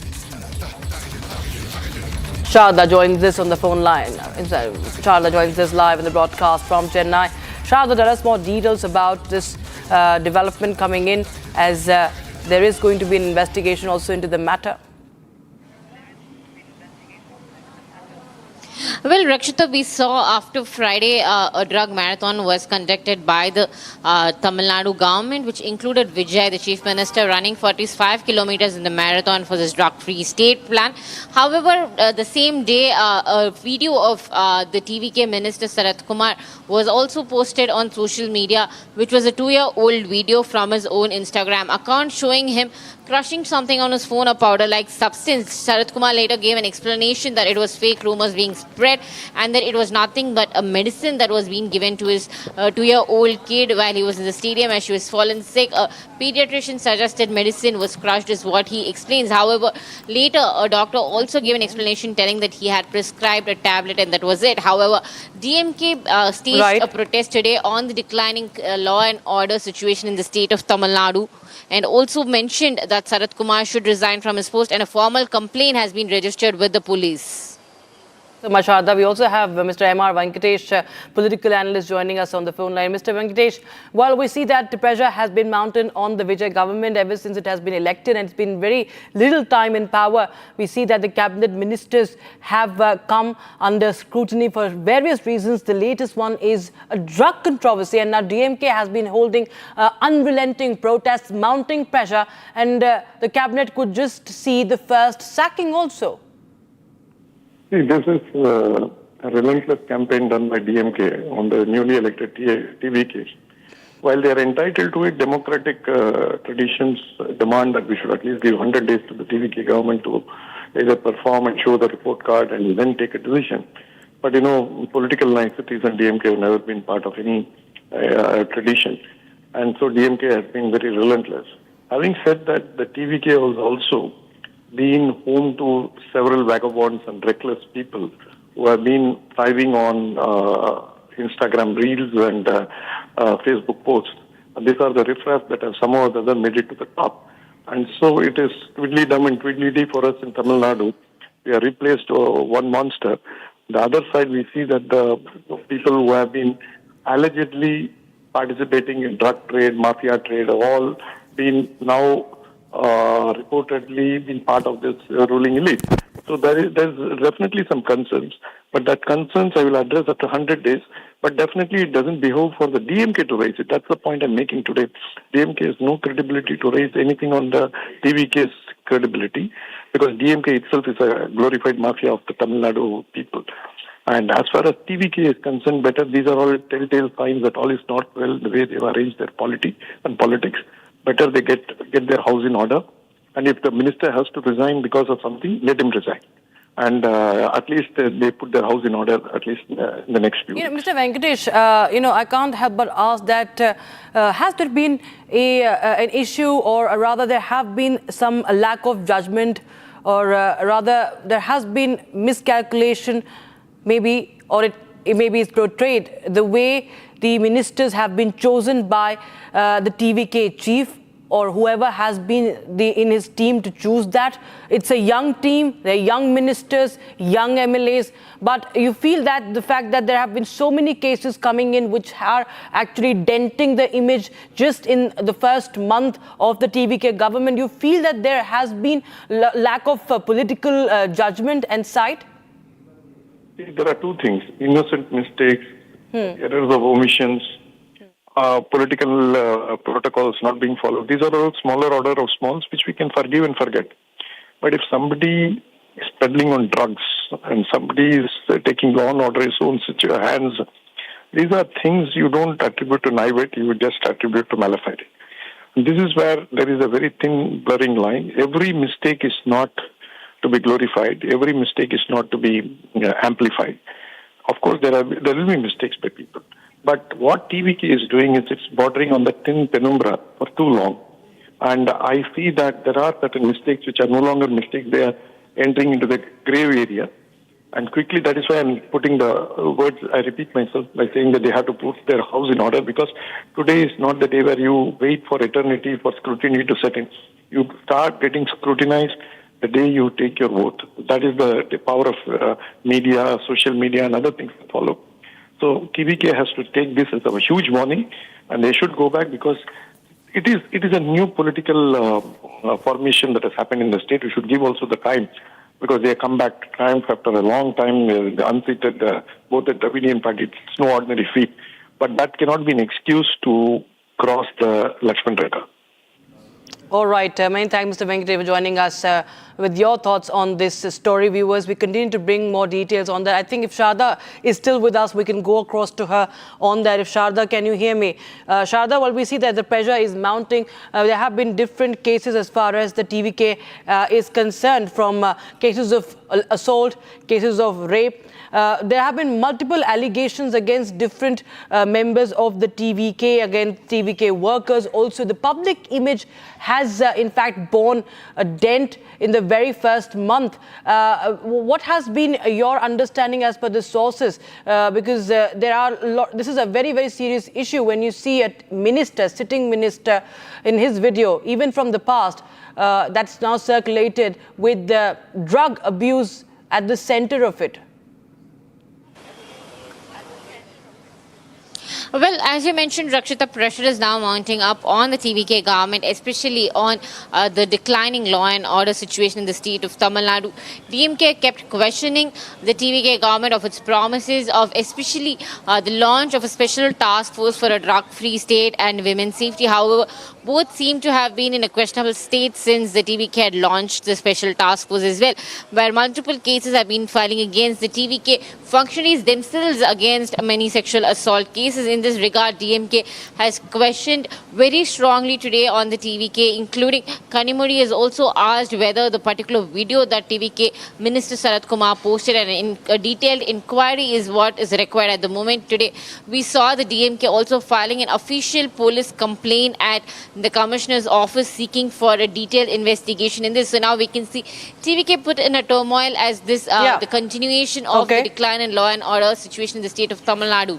All right, just stay with us, Sharda. We have Mr. Pullarao, political analyst, joining us on the phone line. Mr. Pullarao, how do you see this development? It's big trouble for the TVK government, because a sitting minister could be just sacked because of a video that has now gone viral and which features something as serious as drug abuse. Basically, TVK has won a big victory. But after the victory, you'll notice he formed this ministry in a great pace. He filled up the entire ministry. In the beginning, he took 10 ministers, and after that, 25. He did not carefully vet whom he is taking as a minister. Or why he did this in a rush, nobody knows. Because most of his MLAs were inexperienced, and he did not properly. It was all right to win as an MLA. How will they continue as a minister? So, this is one of the problems for TVK. Only many of his ministers will come out to be inefficient, or they have backgrounds and antecedents which are criminal or controversial. Now, Sarath Kumar has to answer this, and in all probability, all the political parties will make a lot of noise, and they may have to resign. That means it's a very big setback for TVK. All this becomes because he, without experience, he took, a ministry in Tamil Nadu is allowed 35 ministers. He made all 35 ministers. He did not vet it. He did not do anything. There are so many ministers who are inexperienced. Right, sir. So that is... Right, sir. Okay. Mr. Pullarao, thank you so much for joining us. We have BJP's Tamil Nadu chief spokesperson, Tamil Nadu spokesperson, BJP unit, Mr. Narayanan Tirupati, joining us on the phone line. Mr. Tirupati, how do you react to this news coming in that Mr. Sarath Kumar, the TVK minister, could be sacked? He could be asked to resign in view of the pending investigation over this video allegedly showing drug abuse. No, see, if he is sacked, or if they are planning to sack him, that means that the TVK was incompetent, and TVK did not even, did not even check what about their ministers, what was their characters and all those things. So far, they have not. The chief minister has not taken any action. Immediately, he should have ordered for an investigation. So either way, whether we strongly condemn that the investigation was not ordered immediately the last 3-4 days. If they are going to remove, then that is very more dangerous because they accept that the minister whom they have appointed was a drug peddler. This is something very serious issue. So how will we know that all those ministers who were appointed recently are good? This is a very big problem. Okay, all right. And do you feel that that he should be asked to resign because the protests have been mounting?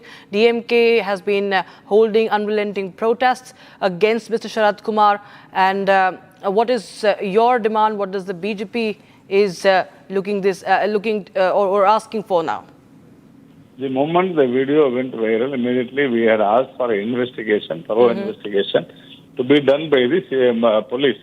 But the chief minister was keeping quiet for the last 3-4 days. Now there is a news without even investigation they are going to remove him means what? Then it becomes true that the minister was involved in it, and that is more dangerous. Without even ascertaining, without even knowing who this person was, the ministership was given. That means what? This government is ineffective and incompetent and enable government. So that is what we are saying. This government is, the entire government should go. Mr. Vijay should take the responsibility for that. Right, sir. All right. Thank you so much for joining us with details coming in the story. There could be more updates also coming in. And in fact, we have another breaking news because there are more complaints that are being filed against Sharad Kumar, the minister in the TVK cabinet in Vijay's cabinet. Sharda, if I can go across to you, we're just going to break that full frame, but I'll just ask a question with you on that. There are more complaints that are being filed against Sharad Kumar. Sharda, if you have more details about that. This is not just the drug abuse video, but there are also now allegations of inducing people using money, distributing money during election campaign. That's also now surfacing. Well, Rakshita, now after a complaint against Sharad Kumar over alleged use of powder-like substance in the IPL match 2 years ago, another complaint is now being filed at the Tambaram police station. And this comes through our sources saying that a representative from the election team has also made a complaint against TVK leader Sharad Kumar as he's become the MLA of the Tambaram constituency in the Chengalpet district. He was seen distributing money in a video is what the complaint allegation reads. Says that Sharad Kumar had given cash for oaths. Is another big, huge allegation coming against TVK Sharad Kumar in less than a week. The first initially, as we were speaking about how multiple social media claims, users claim that it was drug and that the Sharad Kumar's video shows him using drug inside the stadium is what social media claims. And now another video has been given to the Tambaram police station by a representative from the election department of the state who were doing rounds while the campaigning was happening, sharing a video right now with the police station. He's saying that the Sharad Kumar had given cash for roads. Is a huge allegation coming against TVK minister. Right. So the complaint, ladies and gentlemen, let me just get you the details that we are getting via sources. The Sharda has got to us. Complaint was lodged by a representative of the Election Commission Flying Squad, the Election Flying Squad, at the police station of Tambaram constituency. There's a video that allegedly shows there was money being distributed during Sharad Kumar's campaign. Now, this is of course coming in as a second complaint. So there's trouble after trouble. There's a mountain of troubles now on the TVK government, on Vijay cabinet. So there is a second complaint filed against the TVK minister. Of course, there is, Sharda, the timing, of course, is always questionable. That why is this video now being viral? Why it's going viral right now? But the fact that this only spells bigger trouble for the minister, that is Mr. Sharad Kumar. Well, Rakshita, as you mentioned, timing is again a question because why did the election squad not submit the video earlier if the election flying squad has already had the proof of it? However, earlier multiple questions were also raised because DMK and both TVK were involved in giving process and multiple actions were taken by the election commission at that time. Earlier, it was also said even before the code of conduct was submitted by the election department in the state of Tamil Nadu, we saw DMK leaders also taking moves on this and AI ADMK giving gives. Even recently, the resigned AIADMK MLA Mr. C. Vijay Bhaskar from Virali constituency had given gift packs which were questioned by the election department on people who voted, because the by-elections are coming again in the next few months. Again, the elections will be in the state of Tamil Nadu for 7 different constituencies. So now election flying squad is making sure that they went through every single documented proof that they have, and now a new complaint is being raised at the Tambaram police station as we speak against MLA Sarath Kumar from the TVK. Huge allegation against asking if the gifts given by him, the cash for oaths in the Tambaram constituency where he's been elected as the MLA. Absolutely. So that's the big update coming in. So it's double trouble now. Second complaint. We will continue to get more details from Sharda. Thank you so much for joining us, Sharda. We will now go across to the press conference being held by the Akal Takht on the sacrilege row and the sacrilege law.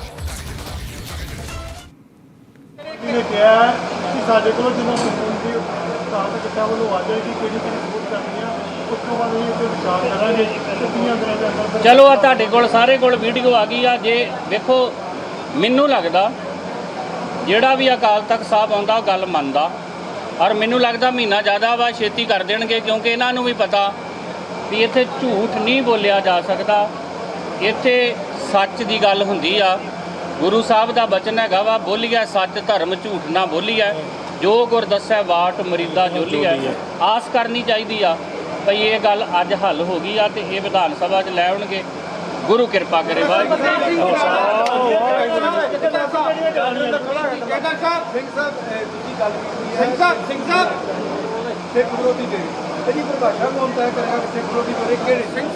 ਜਿਹੜੇ ਗੁਰੂ ਗ੍ਰੰਥ ਸਾਹਿਬ ਨੂੰ challenge ਕਰਦੇ ਆ। ਵਾਹਿਗੁਰੂ ਜੀ ਕਾ Khalsa. All right, we'll just get more details, viewers, as the Akal Takht is holding the press conference today. All Sikh MLAs and cabinet ministers appeared before the Akal Takht after they were summoned over the anti-sacrilege law. And the Gurdwara Prabandhak Committee and Punjab government has been given 1 month time by the Akal Takht to re-amend the Jagat Jyot 3 Guru Granth Sahib Satkar Act. That is the anti-sacrilege law, in accordance with Sikh sentiments.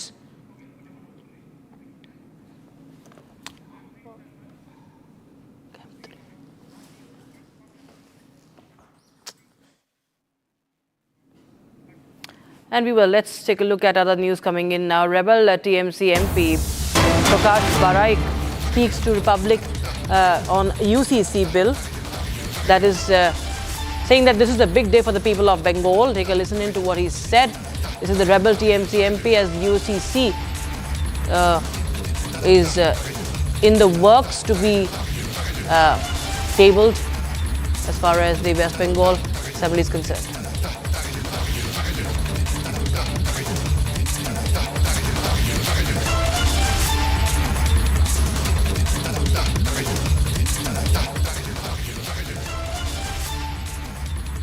ये बहुत अच्छा bill है जो आज पारित हो रहा है। ऑलरेडी विधानसभा में इसका डिस्कशन चल रहा है।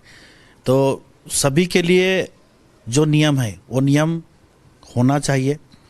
हम लोग आदिवासी एवं ट्राइब कम्युनिटी से बिलोंग करते हैं, तो इनको मद्देनज़र देखते हुए इस तरह का जो नियम एवं जो यूनिफॉर्म सिविल कोड जो लाया गया है, ये अचीवमेंट है हम लोगों के लिए, अच्छा है। आने वाला दिन और भी बहुत ऐसा बिल पास होगा जिससे गरीब से गरीब, असहाय से असहाय लोगों का सुविधा होगा, और ऑटोमेटिक एक सांप्रदायिक पर जाति समाज को नहीं, यूनिफॉर्म सिविल कोड जो है सबके लिए एप्लीकेबल हो।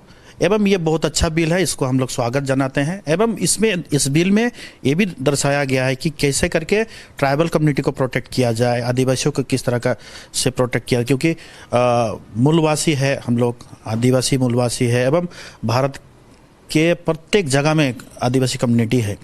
तो ये बहुत अच्छा बिल है। मैं माननीय मुख्यमंत्री श्री शुभेंद्र अधिकारी जी को धन्यवाद ज्ञापन करता हूँ। हम अभी भी टीवी में देख रहे थे, इसके लिए विधानसभा में डिस्कशन चल रहा है।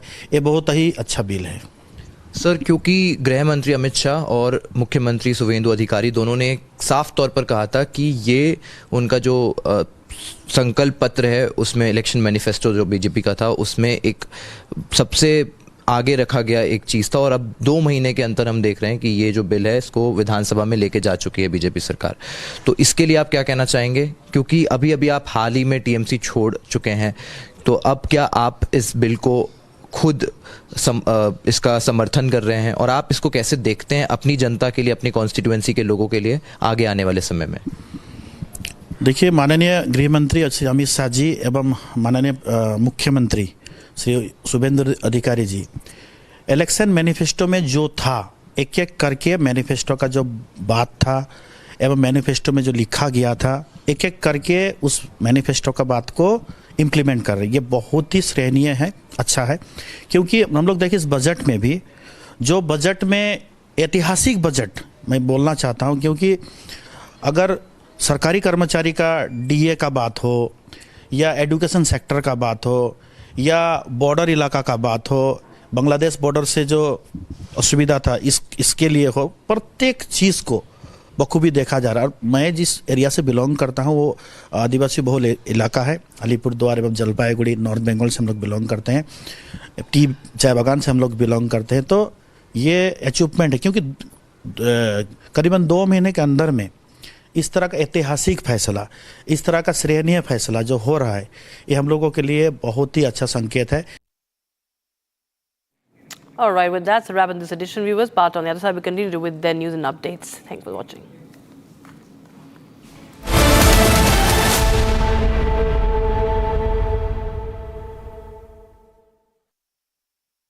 चमकी चाट से क्या बना है? सैंडविच, लस्सी और छाछ।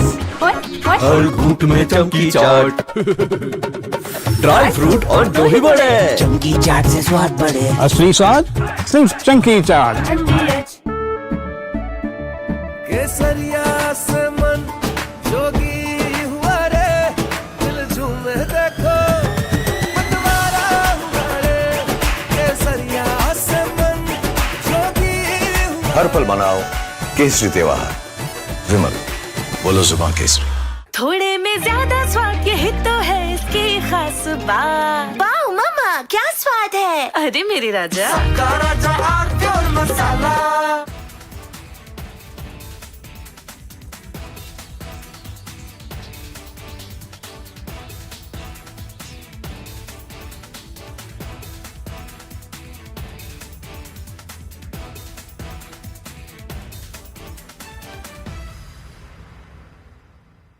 Ladies and gentlemen, I want to talk tonight about an incident where an FIR got registered against 4 people. This is an incident which has happened in Madhya Pradesh, in Ujjain, and there is this strange video which shows a van suspended about 40 feet in the air. And it's suspended with a crane, some kind of a huge big crane. And there are explosives which are put inside this van, and then the van is detonated. Watch this very carefully, ladies and gentlemen. This is apparently during a Muharram procession where the organizers fill a car with explosives, lift it 40 feet in the air with explosives, put a slogan on the vehicle saying, "Le fir aage," which means, "Look, we are back." And then they explode the van. And at that point of time, there are posters put, there's a lot of mayhem.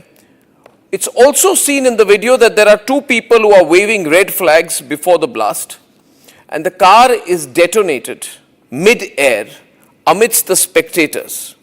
There are videos from an Instagram account which also show a young man performing other explosion-related stunts, such as filling a drum with explosives and blasting it. And there are intense explosives used out there. This is all a celebration of explosions. These are not fireworks. Let me tell you this, viewers.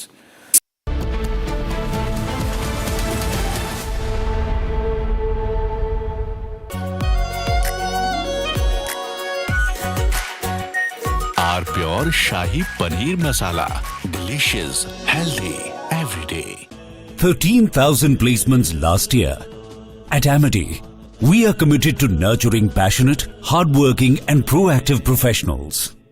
चमकी चाट से क्या बना है? Sandwich, लस्सी और छाछ। हर घूंट में चमकी चाट। अब बताओ स्वाद आया? असली स्वाद सिर्फ चंकी चाट। Ladies and gentlemen, yesterday I said that Bhagwant Man's problem is that in the process of covering up one lie, he is lying a second time. So to cover two lies, he lies a third time and a fourth time, and now he's in a big trap. He is doing everything possible to save his job, but it's going to become more and more difficult for him. Plus, I think he has some very foolish advisors. You see, this controversy is about a younger Bhagwant Mann. He's about 52 years now, 52 or 53. And the video apparently goes back to the time he was 39 years old. This is a video he's released. Let me first show you the other video, the controversial video. This, ladies and gentlemen, is a picture of Bhagwant Mann at the age of 39. And visibly, over the last 13 years, he's aged. There's nothing wrong with that. We all age. But there's a distinct difference in facial appearance. I'd like to show you a picture of Bhagwant Mann at present, which is about 52, 50.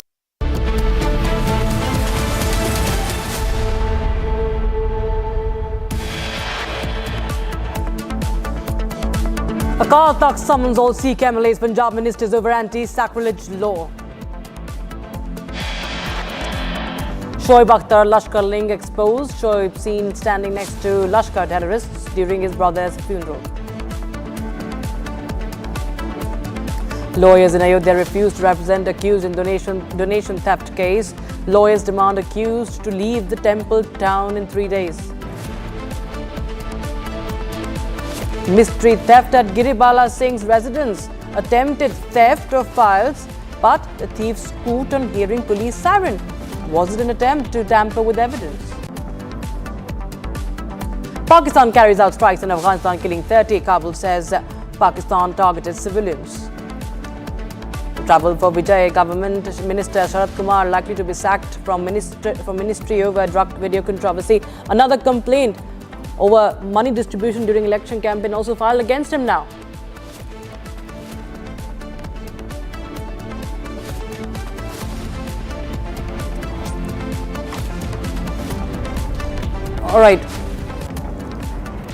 All right, viewers, let's start with the big news coming in. You're watching live and breaking. I'm Rakshita Mishra with you. News in the case of the Ram Mandir theft case. A plea seeking CBI inquiry may be filed in the Supreme Court by the Faizabad Bar Association. A committee comprising certain lawyers may be formed to assist the prosecution. A demand may be raised to register a case against Section 173 against Abhat Rai, Anil Mishra and Gopal Rao. Measures may be taken to prevent these individuals from leaving Ayodhya. No lawyer shall represent these individuals. Anyone who does so will face a fine of 5 lakh rupees and the termination of the membership, says the bar members, says the Bar Association in Faizabad Court. Meeting has begun and there are statements that have come in.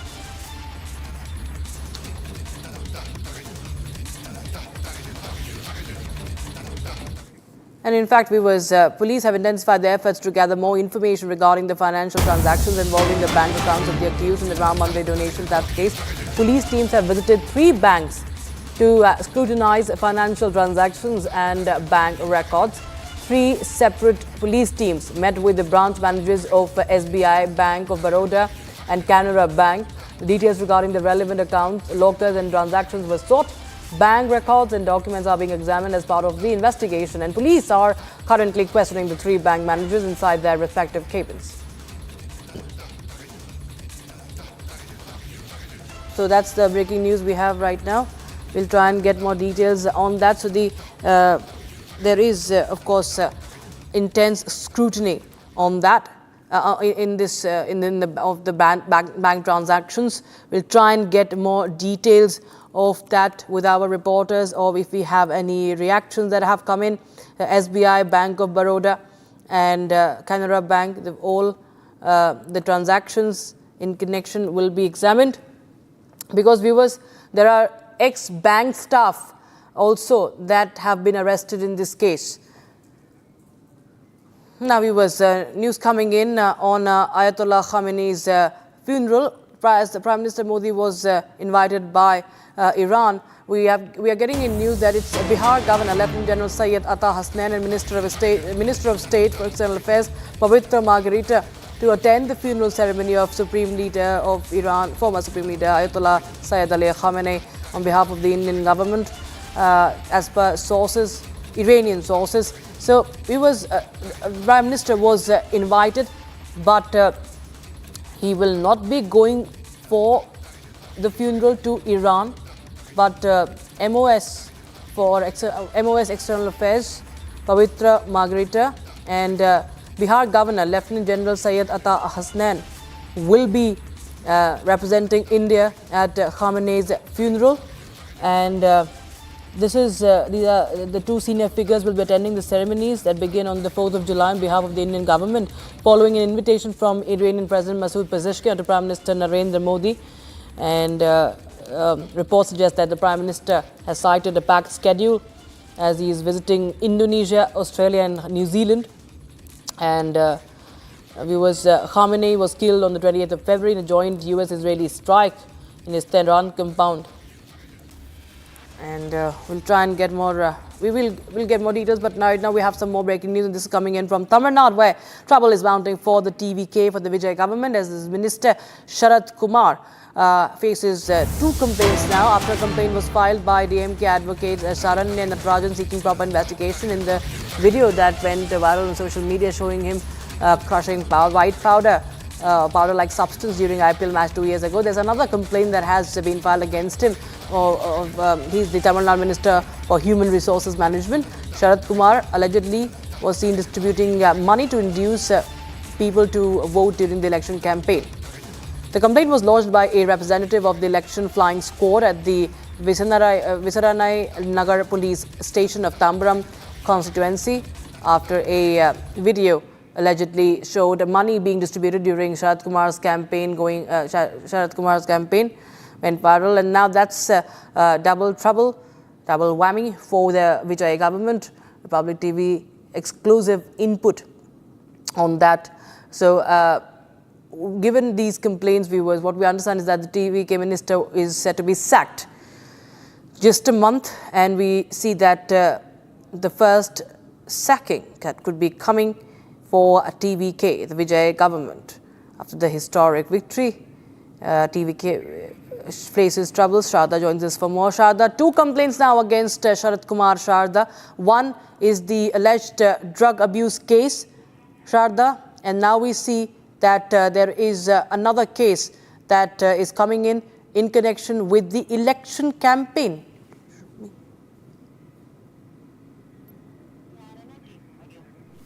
I'll try and reconnect with him. We'll try and reconnect with Sharda as there is an audio issue. I think Sharda is back with us. Sharda, if you can hear me. Sharda, if you can hear me, there's a double trouble. Well, Rakshita, yeah. Well, just as you mentioned, after the first complaint given by the DMK advocate against TVK Minister Sharath Kumar, another complaint is being registered at the Tambaram police station in the constituency where Sharath Kumar has become the MLA from.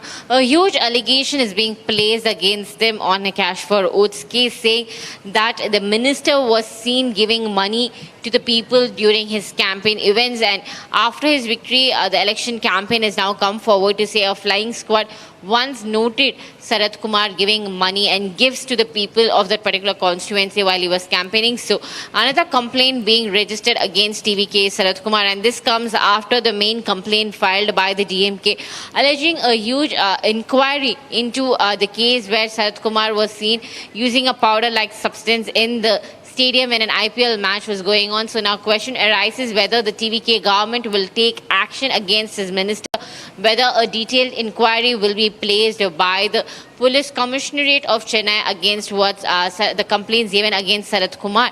And also now the sources from the CMO also telling that a letter has been given asking for a detailed explanation from Sharath Kumar on both the events. All right, thank you so much. Joining us there, Sharda, with details on that story. We're closely tracking from Tamil Nadu. Viewers, meanwhile, let's shift our focus to the other stories. Sheikh Hasina, who fled to New Delhi via a helicopter on the 5th of August 2024 and has ever since lived in India, has now vowed to return to Bangladesh this year. Now, Sheikh Hasina, former Prime Minister of Bangladesh, fled to India after an uprising toppled her government, and it snowballed after the student protest snowballed into nationwide anti-government movement. Now, back home, she is facing several trials pending against her. That includes crime against humanity, as she brushes aside the death sentence that was handed down in absentia. Here's more on that.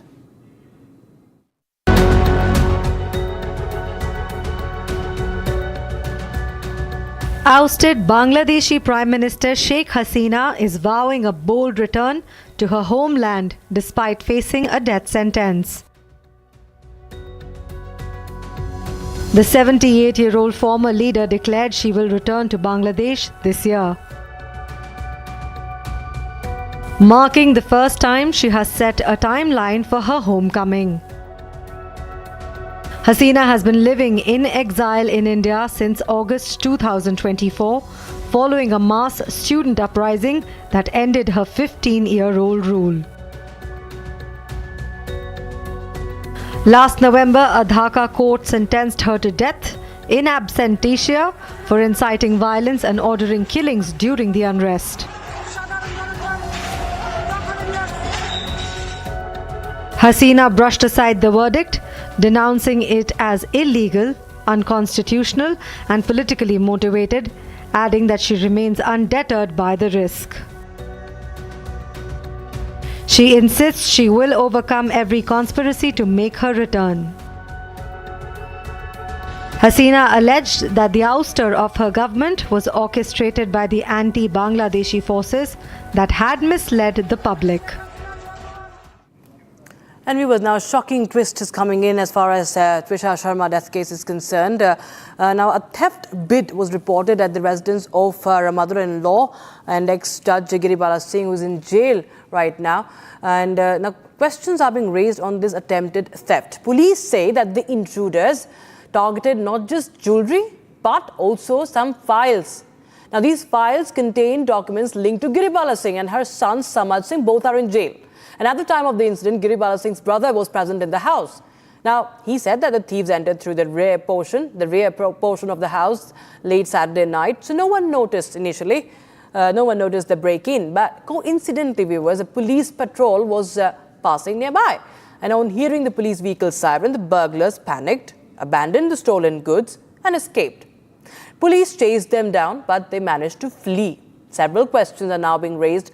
Why would the burglars be interested in documents, in files? And this now also points to a possibility that was this just a theft as a cover-up for an attempt to access or tamper with material linked to an ongoing investigation. So with the CBI already probing the death case, demands are growing for all the recovered documents to be immediately handed over to the central agency, as investigators are examining the latest twist as well. A colleague, in fact, has also filed a report from outside Giribala Singh's house on the same. Listen in. तुलसा शर्मा संदिग्ध मौत मामले में फिलहाल मुख्य आरोपी गिरिबाला सिंह और समर्थ सिंह न्यायिक हिरासत में जेल में हैं, लेकिन गिरिबाला सिंह के इसी मकान में शनिवार रविवार दरमियानी रात को अज्ञात नकाबपोश चोर घुसते हैं। जो जानकारी है उसके मुताबिक पीछे के जो रास्ता है, एक खंडर मकान है, वहां से चोर फर्स्ट फ्लोर पे घुसते हैं और फर्स्ट फ्लोर की अलमारी के ताले तोड़कर सोना चांदी के जेवरात के साथ साथ कुछ दस्तावेज भी ले जाने की सूचना है। रोचक बात यह रही कि जब ये घटना हुई उसके बाद कटारेल थाने की पुलिस यहीं से पेट्रोलिंग करते हुए गुजर रही थी और उन्होंने उन संदिग्ध चोरों को रोका और पूछताछ भी की। और इस दौरान जो चोर हैं, जो नकाबपोश बदमाश थे, वो पुलिस को गुमराह करते रहे। हालांकि वो पुलिस को चकमा देकर वहां से फरार हो गए, लेकिन घटना के बाद कटारल थाना पुलिस इसी घर में पहुंचती है। घर में लगे सीसीटीवी कैमरे खंगाले जाते हैं, जिसमें कुछ नकाबपोश चोर फर्स्ट फ्लोर पे दिखाई देते हैं, अलमारी तोड़ते हुए और दस्तावेज के साथ साथ जेवर और कैश को जुटाते हुए। और उन फुटेज के आधार पर पुलिस अब जो बदमाश हैं उनकी पहचान करने में जुटी है। कटारेल पुलिस ने कुछ संदिग्धों को हिरासत में भी लिया है, लेकिन सबसे अहम बात यह है कि यहाँ जो चोरी हुई उसमें एक इनपुट ये आ रहा है कि कुछ घर से जुड़े दस्तावेज जो हैं वो भी चोर लेकर फरार हुए हैं। तो ये ऐसा तथ्य है कि चूंकि तुषा शर्मा संदिग्ध मौत मामले की जांच सीबीआई कर रही है, तो क्या वो दस्तावेज उस केस से जुड़े थे, ये जांच का विषय है। क्या उन दस्तावेजों को गायब करने के पीछे कोई षड्यंत्र था, ये जांच का विषय है और इन सब पहलुओं पर अब इन्वेस्टिगेशन जरूर होगी। Now viewers, on Saturday, Republic broke the agenda-setting story from Pakistan. Now, Pakistani cricketer, former cricketer Shoaib Akhtar was seen standing next to Lashkar terrorists, even the Pahalgam terror attack mastermind at his brother's funeral. Now, 4 terrorists were spotted next to Shoaib Akhtar: Imam Rahman, aide of Pahalgam terror attack mastermind Saifullah Qasuri himself over there in the spectacles, you can see. And Republic also reached out to over 20 cricketers for a comment, but they refused to speak up on the big expose done by Republic TV. Now, viewers, this is a conversation that we continue here on Republic TV. We have defense expert Major Samarpal Toor joining us on the broadcast. Major Toor, well, we see that, of course, there is no word from anybody. Call it convenience, call it people having their own reasons maybe, but you feel that these conversations should continue because this is a matter that they might dismiss as they have nothing to do with it. They have nothing to do with the former cricketer of the country, but we certainly have to do with our country, with those innocents whose lives have been lost because of those terrorists who this man Shoaib Akhtar was standing next to. Rakshita, I have been over and over again, I have been telling you that there is a link between Pakistan Cricket Board, the Pakistani cricketers, Dawood Ibrahim, and the funding which is going on for these terror tanzeems. Javed Miandad's son is married to Dawood Ibrahim's daughter. The whole world knows about it. And if they, any respectable cricketer would never associate himself, with a underworld don. Then Dawood Ibrahim has had a past in cricket betting. Then the Pakistan Cricket Board has been getting majority of the money from the BCCI. Shahid Afridi has been backing these terror tanzeems. He's been passing statements openly. We've seen Pakistan cricketers, portraying the bat as a gun on the field, and then they say, let's not mix politics with sports, but that is the best that they are doing. And now Shoaib Akhtar's brother's funeral. Now we have Lashkar-e-Taiba, Jaish-e-Mohammed and Hizbul Mujahideen terrorists attending the funeral. What business do they simply have to attend the international renowned cricketers' brother's funeral? What connection do they have? What are the dots that are pending to be connected? So it needs to be called out. An expose by Republic is a very big deal that you're doing right now. And the proof is none of the Pakistan cricketers are up for commenting on this. That shows that they are guilty conscious. They know that there is some connection between the underworld, the narco cartels, the Pakistan Cricket Board, Pakistani cricketers and the terror tanzeems. And this nexus has to be busted by Republic TV. Rakshita. Yeah, absolutely. And the fact that we see that there are, of course, several of the cricketers not spoken up.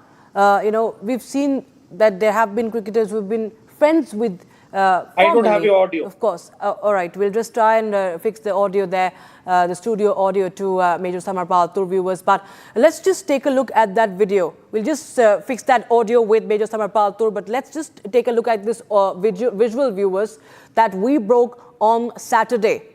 This is a video from Shoaib Akhtar's brother's funeral. And you have these 4 terrorists right next to Shoaib Akhtar. You can see Saifullah Qasuri. He is the killer of innocents in Pahalgam. He is the mastermind of the Pahalgam terror attack.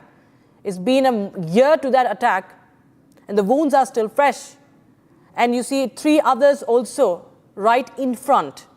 It's not news, but this is mainstreaming, and that Pakistan continues to do that openly, publicly. We see the links have been now exposed Once again, when it comes to Shoaib Akhtar, we've seen him featuring in we've seen him speaking against India in the past. 5 years ago, he made a statement on Ghazwa-e-Hind, how India will be invaded and captured. He's spoken about Kashmir. Likewise, Shahid Afridi. We've seen those statements that have been made by several of the former Pakistani cricketers. And this is the mainstreaming of terrorists. I think Major Samapatur is back with us. His audio line is fixed. Major Tur, the fact that cricketers have gone silent, there are at least more than 15 that have refused to go on record. We will continue to, of course, try. But what do you feel that could be the reason, or do you feel that there should be a wider reactions, more reaction that should come in, especially from India itself? Rakshita, I insist that the International Cricket Council gets involved in this. It puts up questions to the Pakistan Cricket Board, asking for clarifications, asking for why these terrorists are actually present at these celebrity cricketers' family funerals. What business do they simply have to be present over there? What connection do they have? Have they been funded by these cricketers on a personal front? Or is Pakistan Cricket Board contributing some percentage of money to these terror tanzeems? Is the Pakistan military establishment aware of this?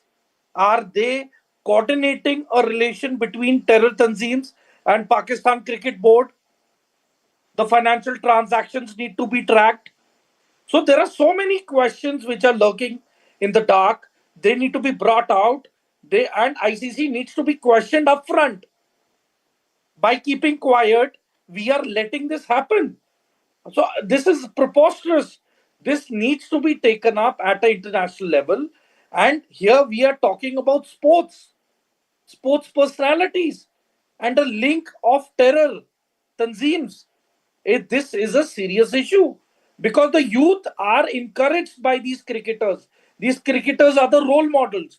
Now, at these role models, their family funerals are attended by these radicals. So this is a wrong message. But we've seen that, they have made all kinds of gestures. We all know about those gestures that have been made during the cricket matches also. Forget the former cricketers, even the cricketers right now in the team have made those provocative gestures.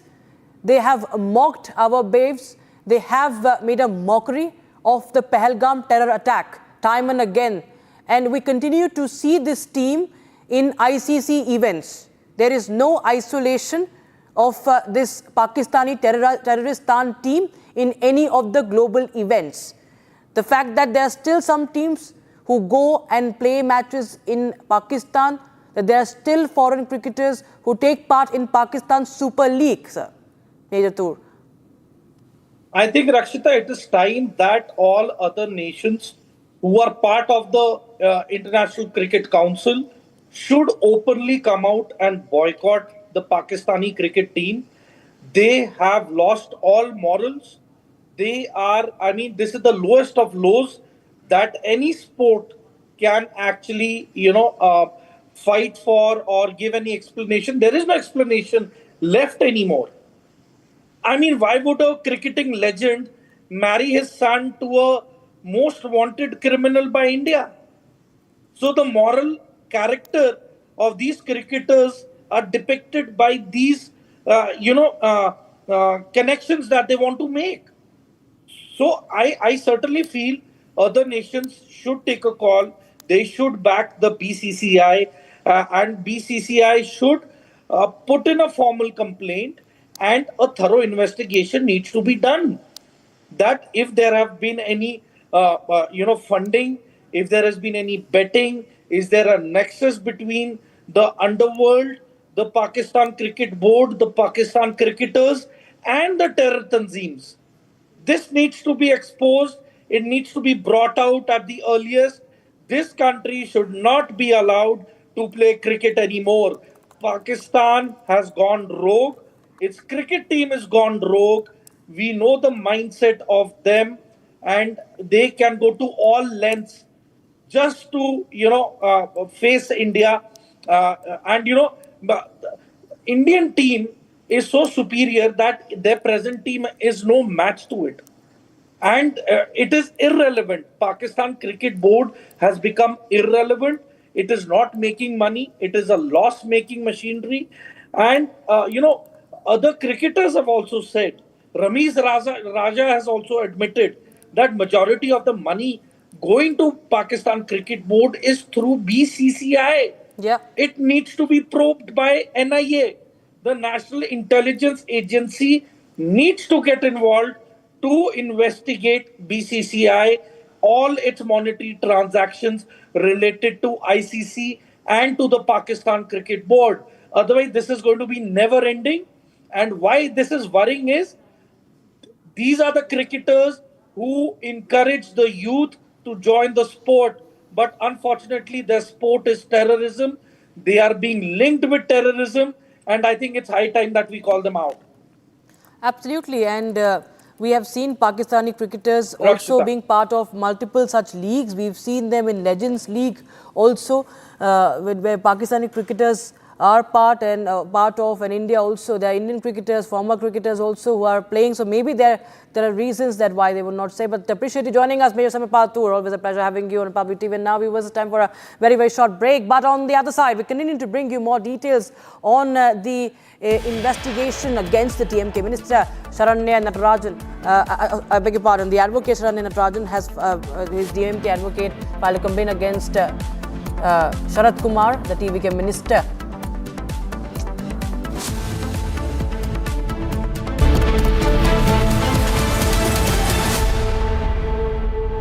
प्यास बुझाए ठंडक लाए सबको भाई जीरा से MTH का जल जीरा जीरा से जीरा से असली रिफ्रेशिंग, असली स्वाद, असली मजा।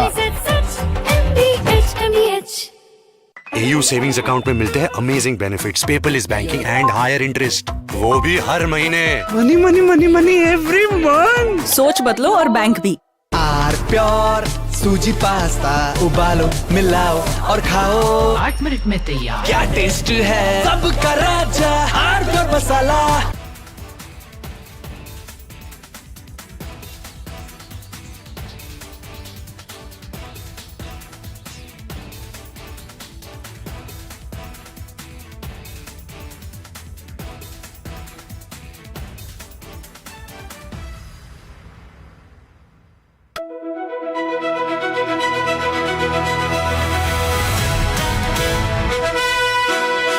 By the way, viewers, I'm driving in Delhi with Delhi wala boy Aman Gupta, who is too busy waving to his fans than talking to me.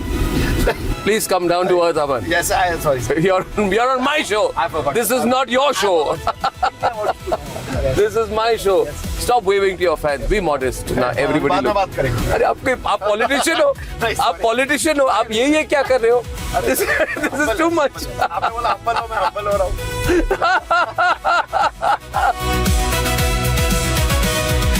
You became very famous during Balika Badhu. At that time, there was a huge amount of fame and focus, right? There was. People must be writing about you. The paparazzi would have written about you. There were no paparazzis at that time. You're not that old. Don't No, I mean it. There were no paparazzi. You were no paparazzi at that time. There were no paparazzis. This has happened now? There was no Viral Bayani then? Back then, it was just, What do you mean back then? If you keep talking, I'm over a decade older to you. If you keep saying back then I'll stop driving the car here. No, I'm sorry. I don't mean... What am I then? Back then.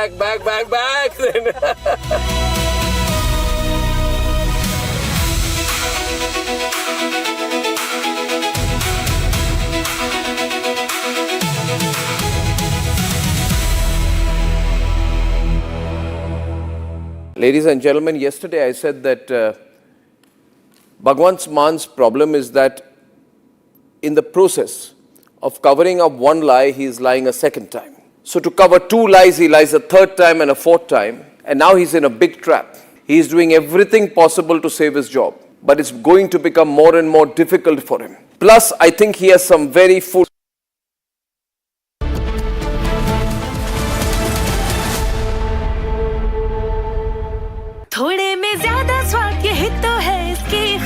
बात। Wow मम्मा क्या स्वाद है। अरे मेरे राजा। सबका राजा और मसाला। केसरिया से मन जोगी हुआ रे, दिल झूमे देखो मतवारा हुआ रे। केसरिया से मन जोगी हुआ। हर पल मनाओ केसरी त्योहार। विमल, बोलो जुबान केसरी। चमकी चाट से क्या बना है? सैंडविच लस्सी और छाछ हर घूंट में चमकी चाट, ड्राई फ्रूट और दही बड़े। चमकी चाट से स्वाद बढ़े। असली स्वाद सिर्फ चंकी चाट।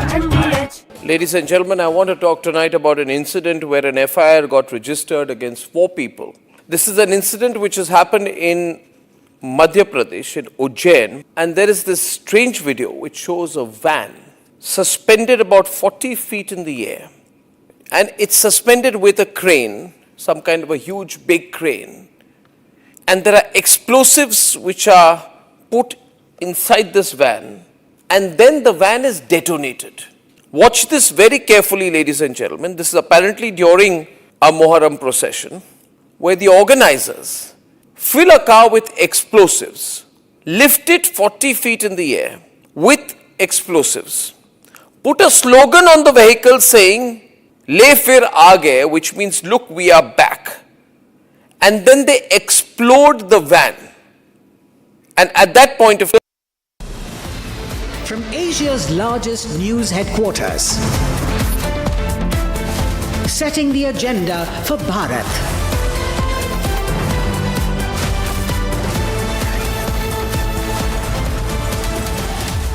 You're watching Republic.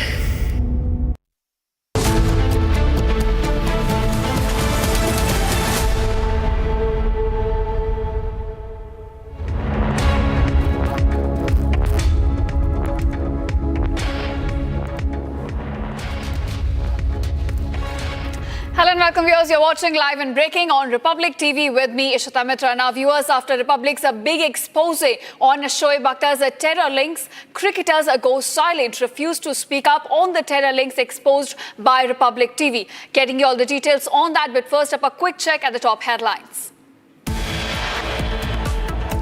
Vijay government in a major controversy. DMK leader files complaint against TVK Minister Sarath Kumar over drug storm, demands NDPS investigation. Republic's super exclusive expose on Shoaib Akhtar link with terror. Over 20 Indian cricketers refuse to comment on Shoaib Akhtar's big expose. Lawyers in Ayodhya refuse to represent the accused in donation theft case. The lawyers demand accused to leave the temple town. Pakistan carries out strikes in Afghanistan, killing over 30. Kabul says Pak targeting civilians again. Akal Takht summons all Sikh MLAs and Punjab ministers over anti-secretariat law and demands amendment within 1 month.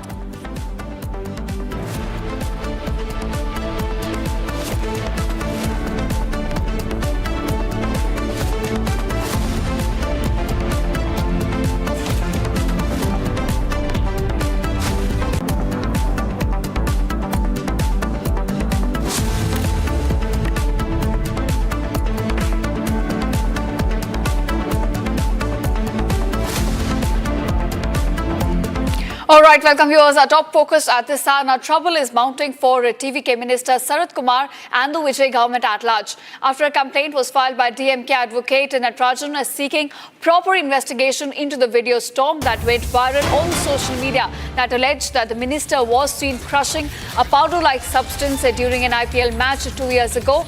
In fact, not just that, another complaint has also been filed against the Minister for Human Resources and Management, D. Sarath Kumar, alleging that he distributed money to induce people to vote during the election campaign. So 2 complaints have now been filed, one in the video storm case and another complaint was in fact lodged by the representatives of the election flying squad at Visar Nagar police station of Tambaran constituency after a video allegedly showing a money being distributed during Minister Sarath Kumar's campaign went viral. So trouble now seems to be escalating for Sarath Kumar as 2 complaints have now been filed in 2 separate cases against the TVK minister. And in fact, our sources are telling us that an action could come in very soon by the TVK government on this. My colleague Shada, who's been tracking this now, joins me with more details.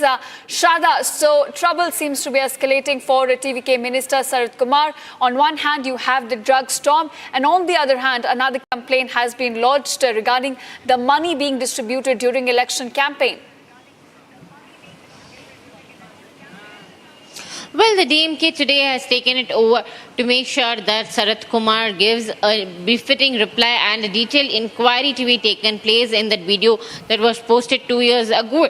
Many people questioned from the DMK as to why would someone bring a sick child to the match in the very first place, and also why will someone break a medicine on their phone using an ATM card and a currency note. Meanwhile, the pediatrician and TVK Minister Sarath Kumar gave an explanation telling that they had to powder the medicine and that's the reason they had done. But multiple other claims also say that it is not fair for the TVK minister to post a video like that with a caption saying thug life moment in a public place when that happened, which made them say that they arise a lot of questions and doubts whether it was a prohibited substance that was brought into the stadium. Now, after that, a detailed inquiry is what the DMK is asking for now. Saranya Natarajan, an advocate from the DMK, has officially filed a complaint with the police commissionerate of the city, and another complaint is being filed at the Tambaram police station by the vigilance squad, the moving squad of the election commission. It was an old video again which showed a celebratory video of Sarath Kumar after winning the elections, where he was seen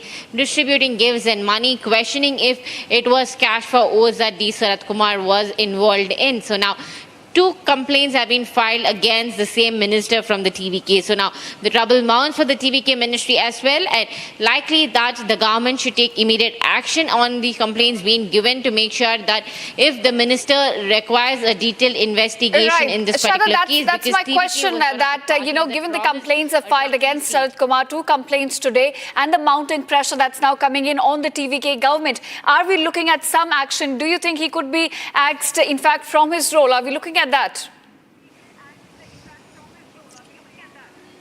Well, officially, the government has not announced for any detailed inquiry, or an FIR has still not been registered in both these cases. So now we have to wait if the Chief Minister Vijay is planning to take an action, or if the DMK is going to be the DMK fighting against the TVK asking for the removal of the same minister. So now we have to wait if there will be an official information. Meanwhile, sources say that there might be a call to remove the minister from his position, as multiple complaints are being arised now, especially after that video.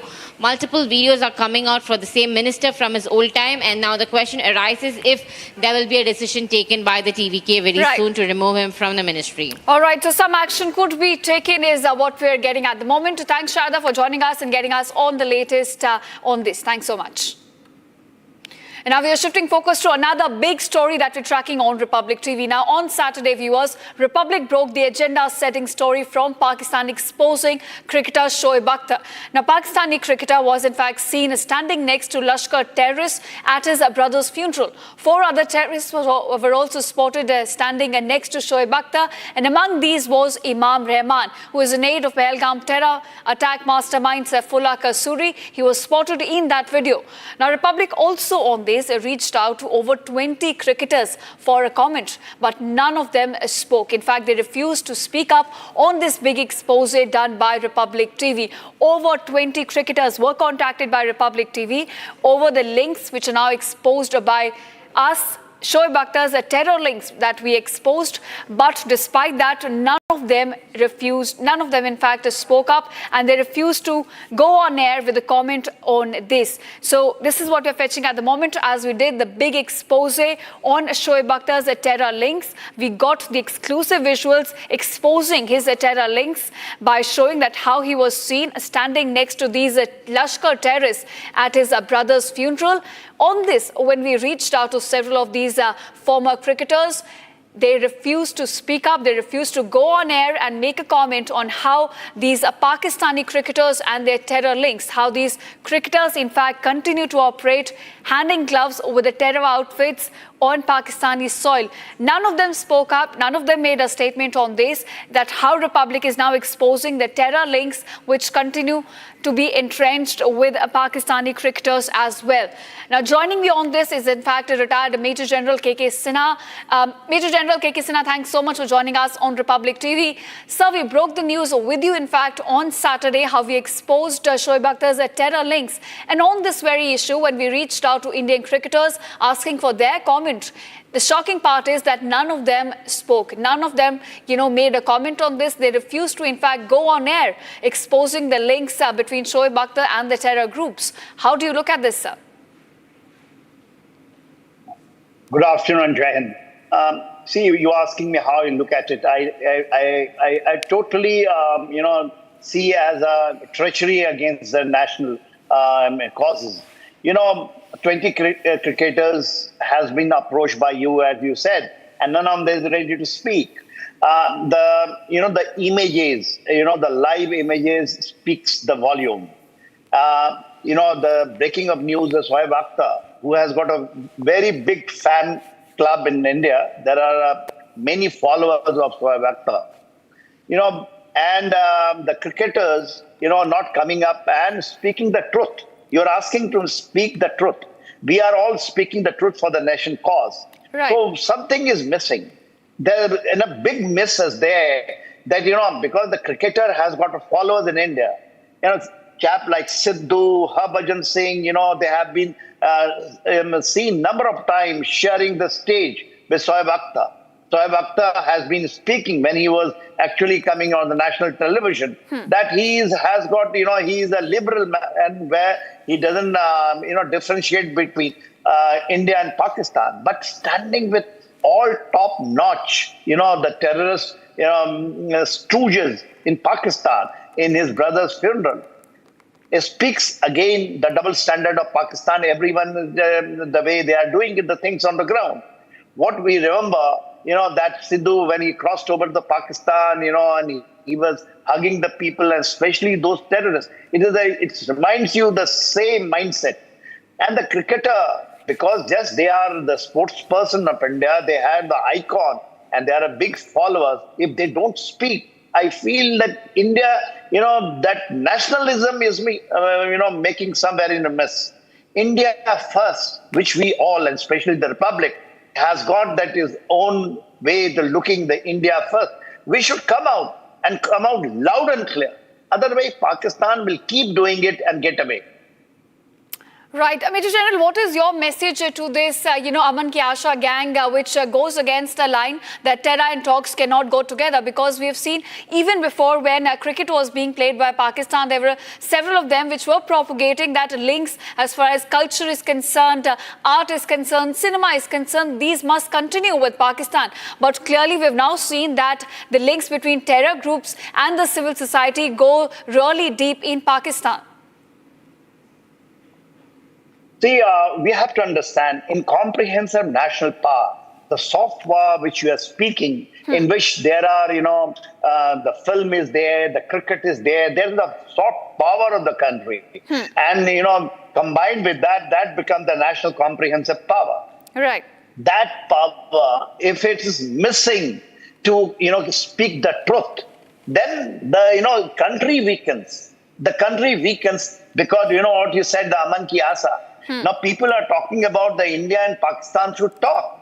Yes. And the stated policy is there, I think after 2016, that the terror and talk can't go together. And this Aman Ki Asa, the people are working, and they're working especially and in the base of America, that, there are in the corridor of power, there are whisper that India and Pakistan should talk. And there is, somebody saying that, under the table, there is something, talk, and especially with abrogation of Indus Water Treaty, the Pakistan wants to have through this Aman Ki Asa, the people, the Aman Asa Brigade, they are all very much in the favor of Pakistan wants to do it. I think, some time is there to speak spade to spade And anyone who doesn't join, where they absolutely your exposer, when the Saab actor is standing in his brother's funeral with top-notch these terrorists, I think we are missing something. And my message to all those cricketers to whom you approach and not coming up, they should come up for the national cause and speak very, very straight and directly message to Pakistan that they should not do it. Otherwise, our national comprehensive power will weaken. Right, so really hoping that this message reaches out to those cricketers as well. On that note, thank you, Major General K.K. Sinha, for joining us and sharing your inputs on this. Thanks so much. Now we are shifting focus to another big story that we're tracking at the moment. Now Jammu and Kashmir State Investigative Agency is now set to file a charge sheet in the 35-year-old murder case of SKIMS nurse Sarla Bhatt. Now Sarla Bhatt was in fact abducted, tortured and shot dead in 1990 with the body dumped in downtown Srinagar alongside a note branding her as an informer.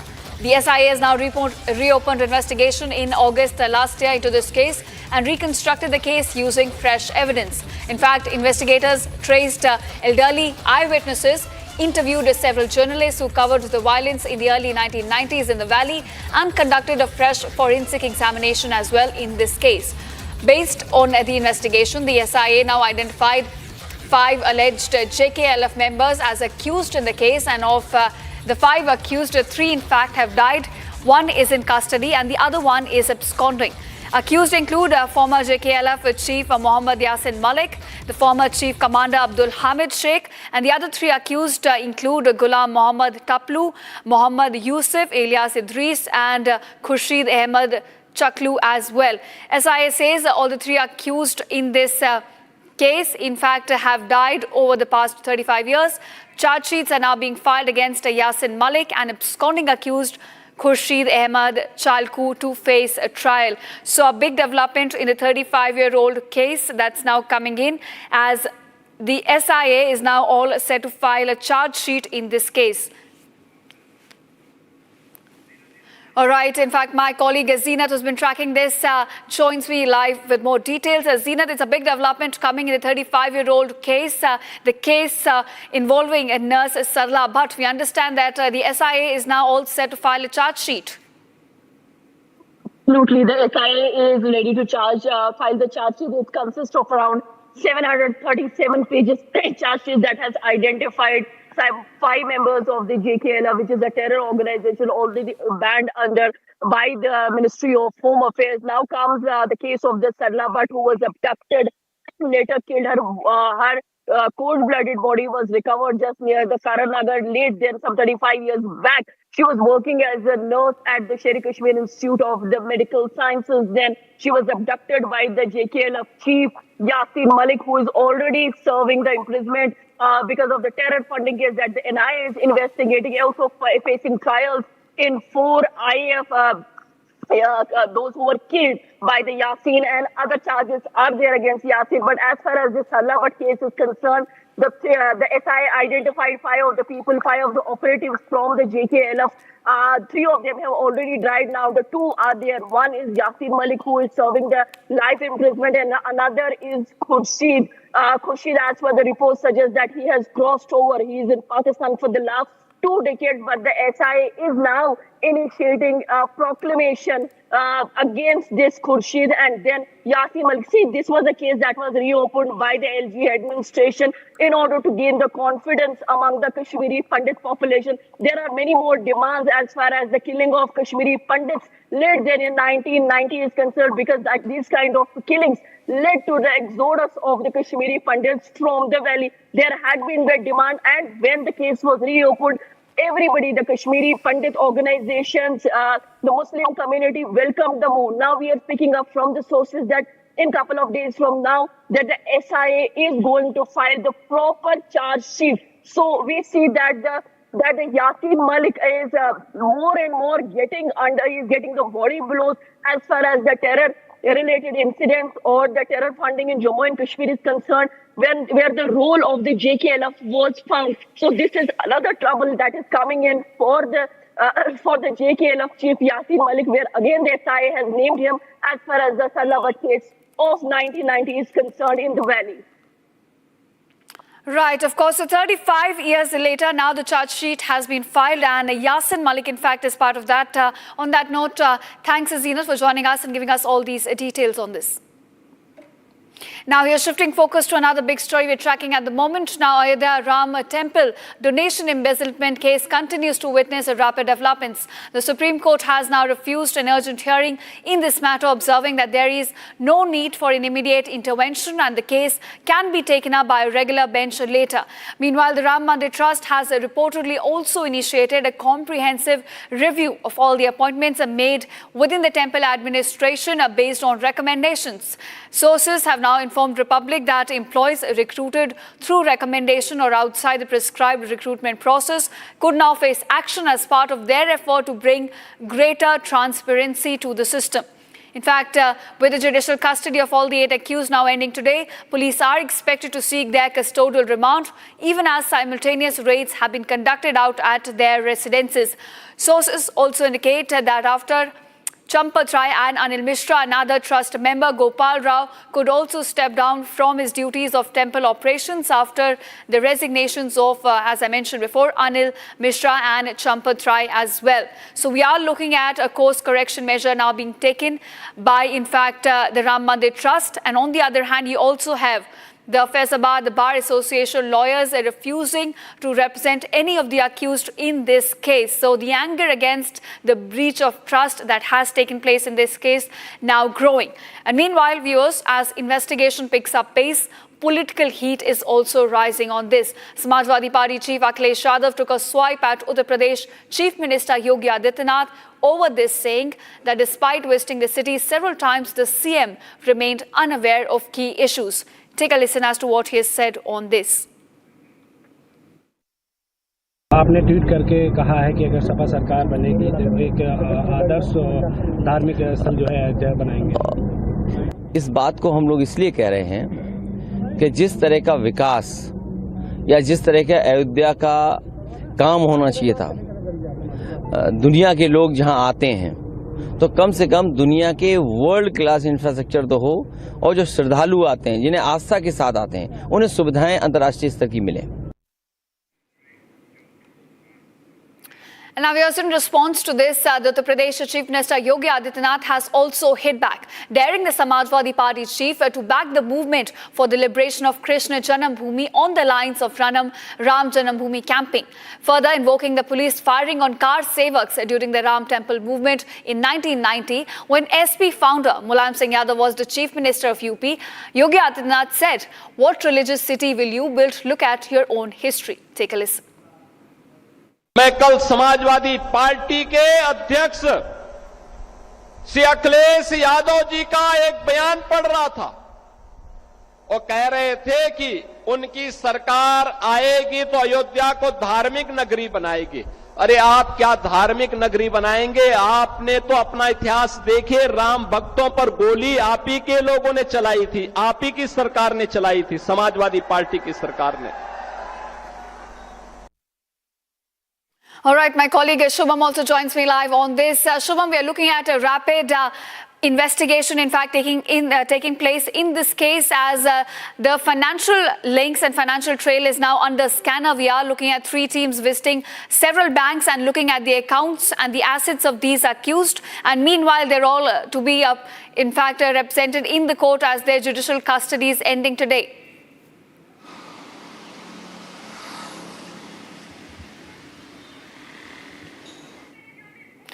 All right, in fact, we'll try and connect with my colleague Shubham there, who's live with us in Ayodhya. He's been tracking all the developments on the ground. Shubham, can you hear us?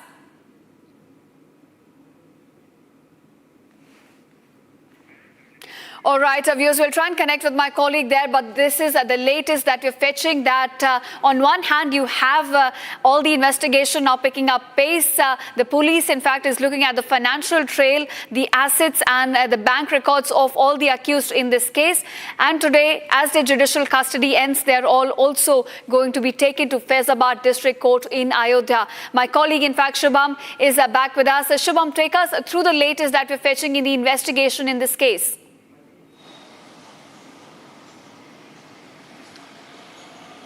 इस मामले में सभी 8 आरोपियों को virtual जरिए पेश किया गया अदालत में और न्यायिक हिरासत में 14 दिनों की भेजने की तैयारी फिलहाल चल रही है। जानकारी सामने आ रही है उनकी जुडिशियल कस्टडी जो है वो 2 हफ्ते की हो सकती है। उसके बाद पुलिस रिमांड की मांग कर सकती है अदालत से इन सभी आरोपियों से पूछताछ के लिए। लेकिन आज जो घटनाक्रम हुआ वो ये कि सुबह सबसे पहले बैंक में दबिश दी गई इन 8 आरोपियों की और ट्रस्ट के जो बैंक के खाते थे अलग अलग बैंकों में वहां दबिश दी गई। उसके बाद यहाँ पर स्टेटमेंट का ट्रेल निकाला गया, खातों की जानकारी निकाली गई, बैंक लॉकर्स में जानकारी हासिल की गई। उसके अलावा ये भी देखा गया कि क्या इन रुपयों का इस्तेमाल, क्या इन रुपयों का लेन देन या ट्रांसफर किसी अन्य खातों में किया गया है, क्या किसी रिश्तेदार को खाते में से पैसे ट्रांसफर किए गए हैं। इन तमाम विषयों को लेकर पुलिस ने अलग अलग 3 टीमें दबिश देती है bank of Baroda, Canara bank और स्टेट बैंक ऑफ इंडिया की अयोध्या धाम शाखा में। और उसके बाद ये जांच करने की कोशिश की गई कि क्या इन रुपयों का लेन देन हुआ है, क्या ये रुपए ट्रांसफर हुए हैं इन आरोपियों के खातों से। इसके बाद में दस्तावेज समेटने के बाद में, साक्ष्य समेटने के बाद में पुलिस की टीम पहुंचती है सीओ ऑफिस और उसके बाद वहां अदालत में उन्हें पेश किया गया इन 8 आरोपियों को वीसी के जरिए। और उसके बाद फिलहाल ये जानकारी सामने आ रही है कि 14 दिन की न्यायिक हिरासत में यानी कि जुडिशियल कस्टडी में भेजने की तैयारी है और इन आरोपियों को जेसी में भेजने के बाद में पुलिस इनसे रिमांड कर सकती है, पूछताछ के लिए इनसे मांग सकती है। और इसके बाद फिलहाल पुलिस रिमांड को लेकर जो जानकारी है वो ये सामने आ रही है कि पहले 14 दिन की न्यायिक हिरासत होगी और उसके बाद में फिर पुलिस इनसे पीसीआर यानी कि पुलिस रिमांड के लिए, पुलिस कस्टडी रिमांड के लिए डिमांड करेगी। लेकिन बड़ा सवाल big takeaway right now that all the 8 accused could be sent to 14 days of judicial custody in the Ram Mandir case. On that note, viewers, we're slipping into a very short break, but don't go anywhere. Coming up on the other side, a mystery theft now reported at ex-judge Giribala's residence, attempted theft of files but thieves scoot. On hearing police siren, the big question, was it an attempt to tamper with evidence? Getting you all the details on that, stay tuned.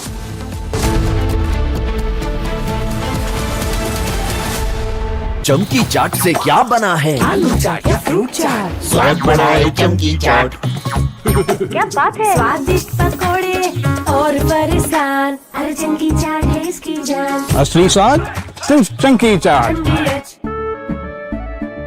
केसरिया से मन जोगी हुआ रे, दिल झूमे देखो मतवारा हुआ रे।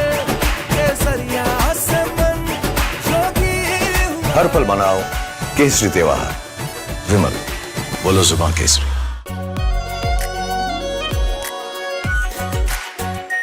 Are pure shahi paneer masala, delicious, healthy every day.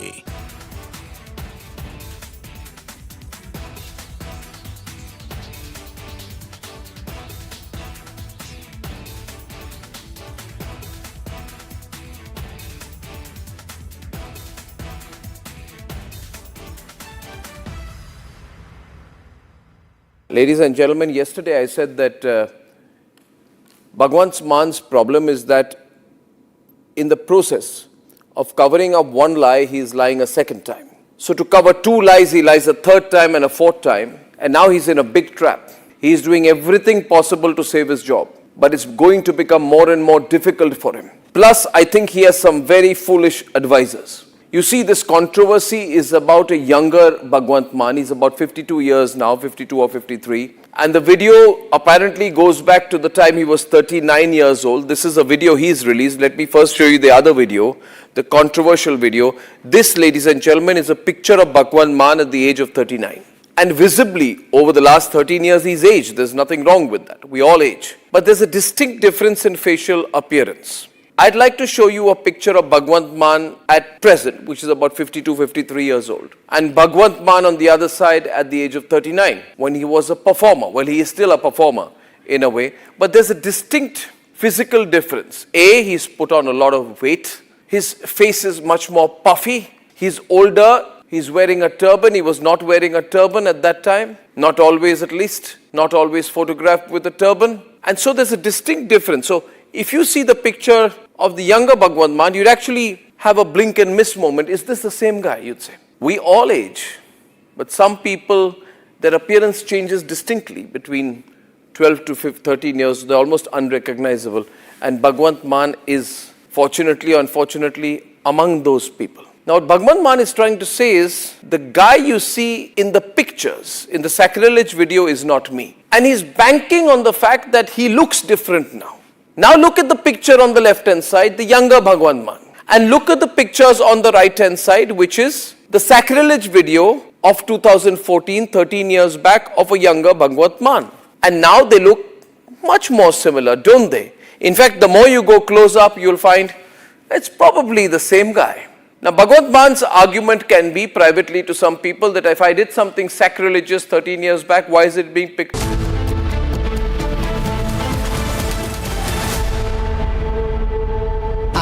Pure सूजी पास्ता उबालो मिलाओ और खाओ 8 मिनट में तैयार क्या टेस्ट है सबका राजा R pure masala 13,000 placements last year.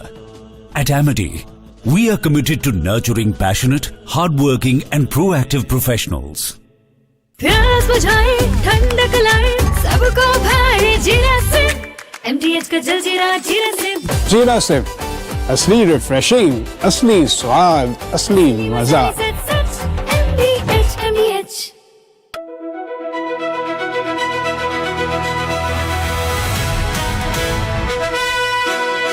By the way, viewers, I'm driving in Delhi with Delhi wala boy Aman Gupta, who is too busy waving to his fans than talking to me. Please come down to earth, Aman. Yes, I am sorry. You're on my show. I forgot. This is not your show. This is my show. Stop waving to your fans. Be modest. Now everybody look. अरे आप politician हो. आप politician हो. आप ये क्या कर रहे हो? This is too much. आपने बोला हम्बल हो, मैं हम्बल हो रहा हूँ.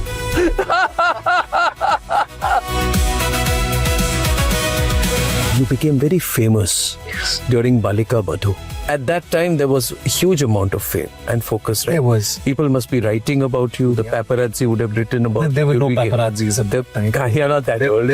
Don't No, I mean it. There were no paparazzi. You were no paparazzi at that time. There were no paparazzis. This has happened now? There was no Viral Bayani then? Back then, it was just, What do you mean back then? If you keep talking, I'm over a decade older to you. If you keep saying back then I'll stop driving the car here. No, I'm sorry. I don't mean... What am I then? Back then.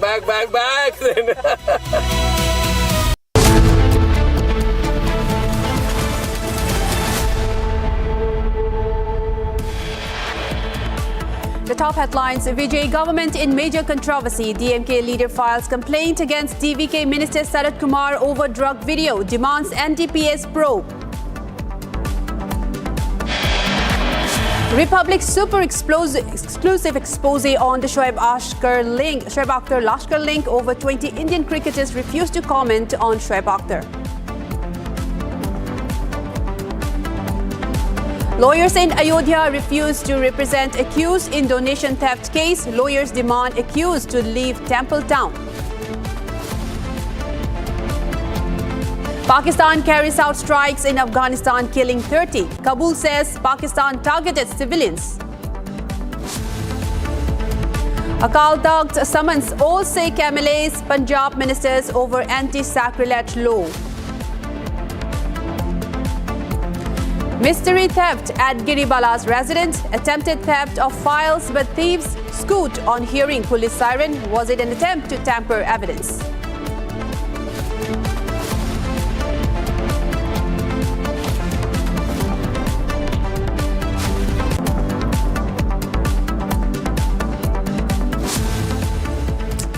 Viewers, in a big breaking news coming in at the moment, and a significant step aimed at empowering policyholders, the Insurance Regulatory and Development Authority of India, the IRDAI, is all set to roll out a discussion paper on insurance distribution reforms. The regulator is expected to roll out the paper anytime before July 10th. Now, the document will review the existing commissions, premiums, and the mis-selling practices that are prevalent in the industry. And now, joining us live is Pranav Kulkarni, editor for Republic Business. A very good afternoon, and thank you so much for joining us on this broadcast. And Pranav, could you take us through this step that has been taken by the IRDAI and also its significance for our viewers? Well, absolutely. In fact, the IRDAI has shifted its focus on the consumers, the policyholders, and as a result of that, in fact, it is slated to roll out a discussion paper. Our sources tell us that the discussion paper is likely to be made public by about July 10, and it will primarily involve discussion around the distribution network. Now, one is, of course, the policyholder, and the second is the insurers, and in between them are the ones who actually sell those policies to policyholders, which includes agents, which also includes banks in case of bank assurances, where they sell certain products which are linked to insurance to customers. Now, the IRDAI consultation paper is expected to look into all these details and address each of these details in detail. In fact, what our sources are telling us is that any time before July, the paper will be rolled out, and once it is open for public consultation and the views are invited and reviewed by the regulator, they will be implemented in order to carry out a reform in the insurance sector. Right. And also, Pranav, could you tell us what some of the initiatives that the IRDA has taken so far regarding consumer protection? In fact, we have been in touch with IRDAI officials, and these officials primarily maintain that the insurer is of the view that your insurance is your right, and the whole focus of the insurer is towards the customer, that is the policyholder. Just to give you a perspective on what are the kind of numbers that look at, mis-selling, in fact, insurance mis-selling has been one of the major regulatory concerns in India. Open source data that was released by the IRDAI just last year shows that there has been around 14% increase on a year-on-year basis, and that accounts to about 22% of all life insurance grievances. So it just shows that mis-selling of insurance is a major concern, and the IRDAI just about a few weeks ago rolled out a paper wherein it had put out certain regulations, which also in fact includes a certain amount of fee towards the end of the year for insurance premiums collected, just to bring transparency. In fact, it has also allotted a fund of about 800 crore towards policyholder education and protection. So a number of initiatives have been taken by the regulator, and this paper that we are expecting on July 10 will be the latest one, and we will see how that rolls out, or that gets rolled out further after review and weightage by the policyholders as well as by the regulator. Right. Thank you so much for joining us and for giving us those insights, Pranav. Thank you so much.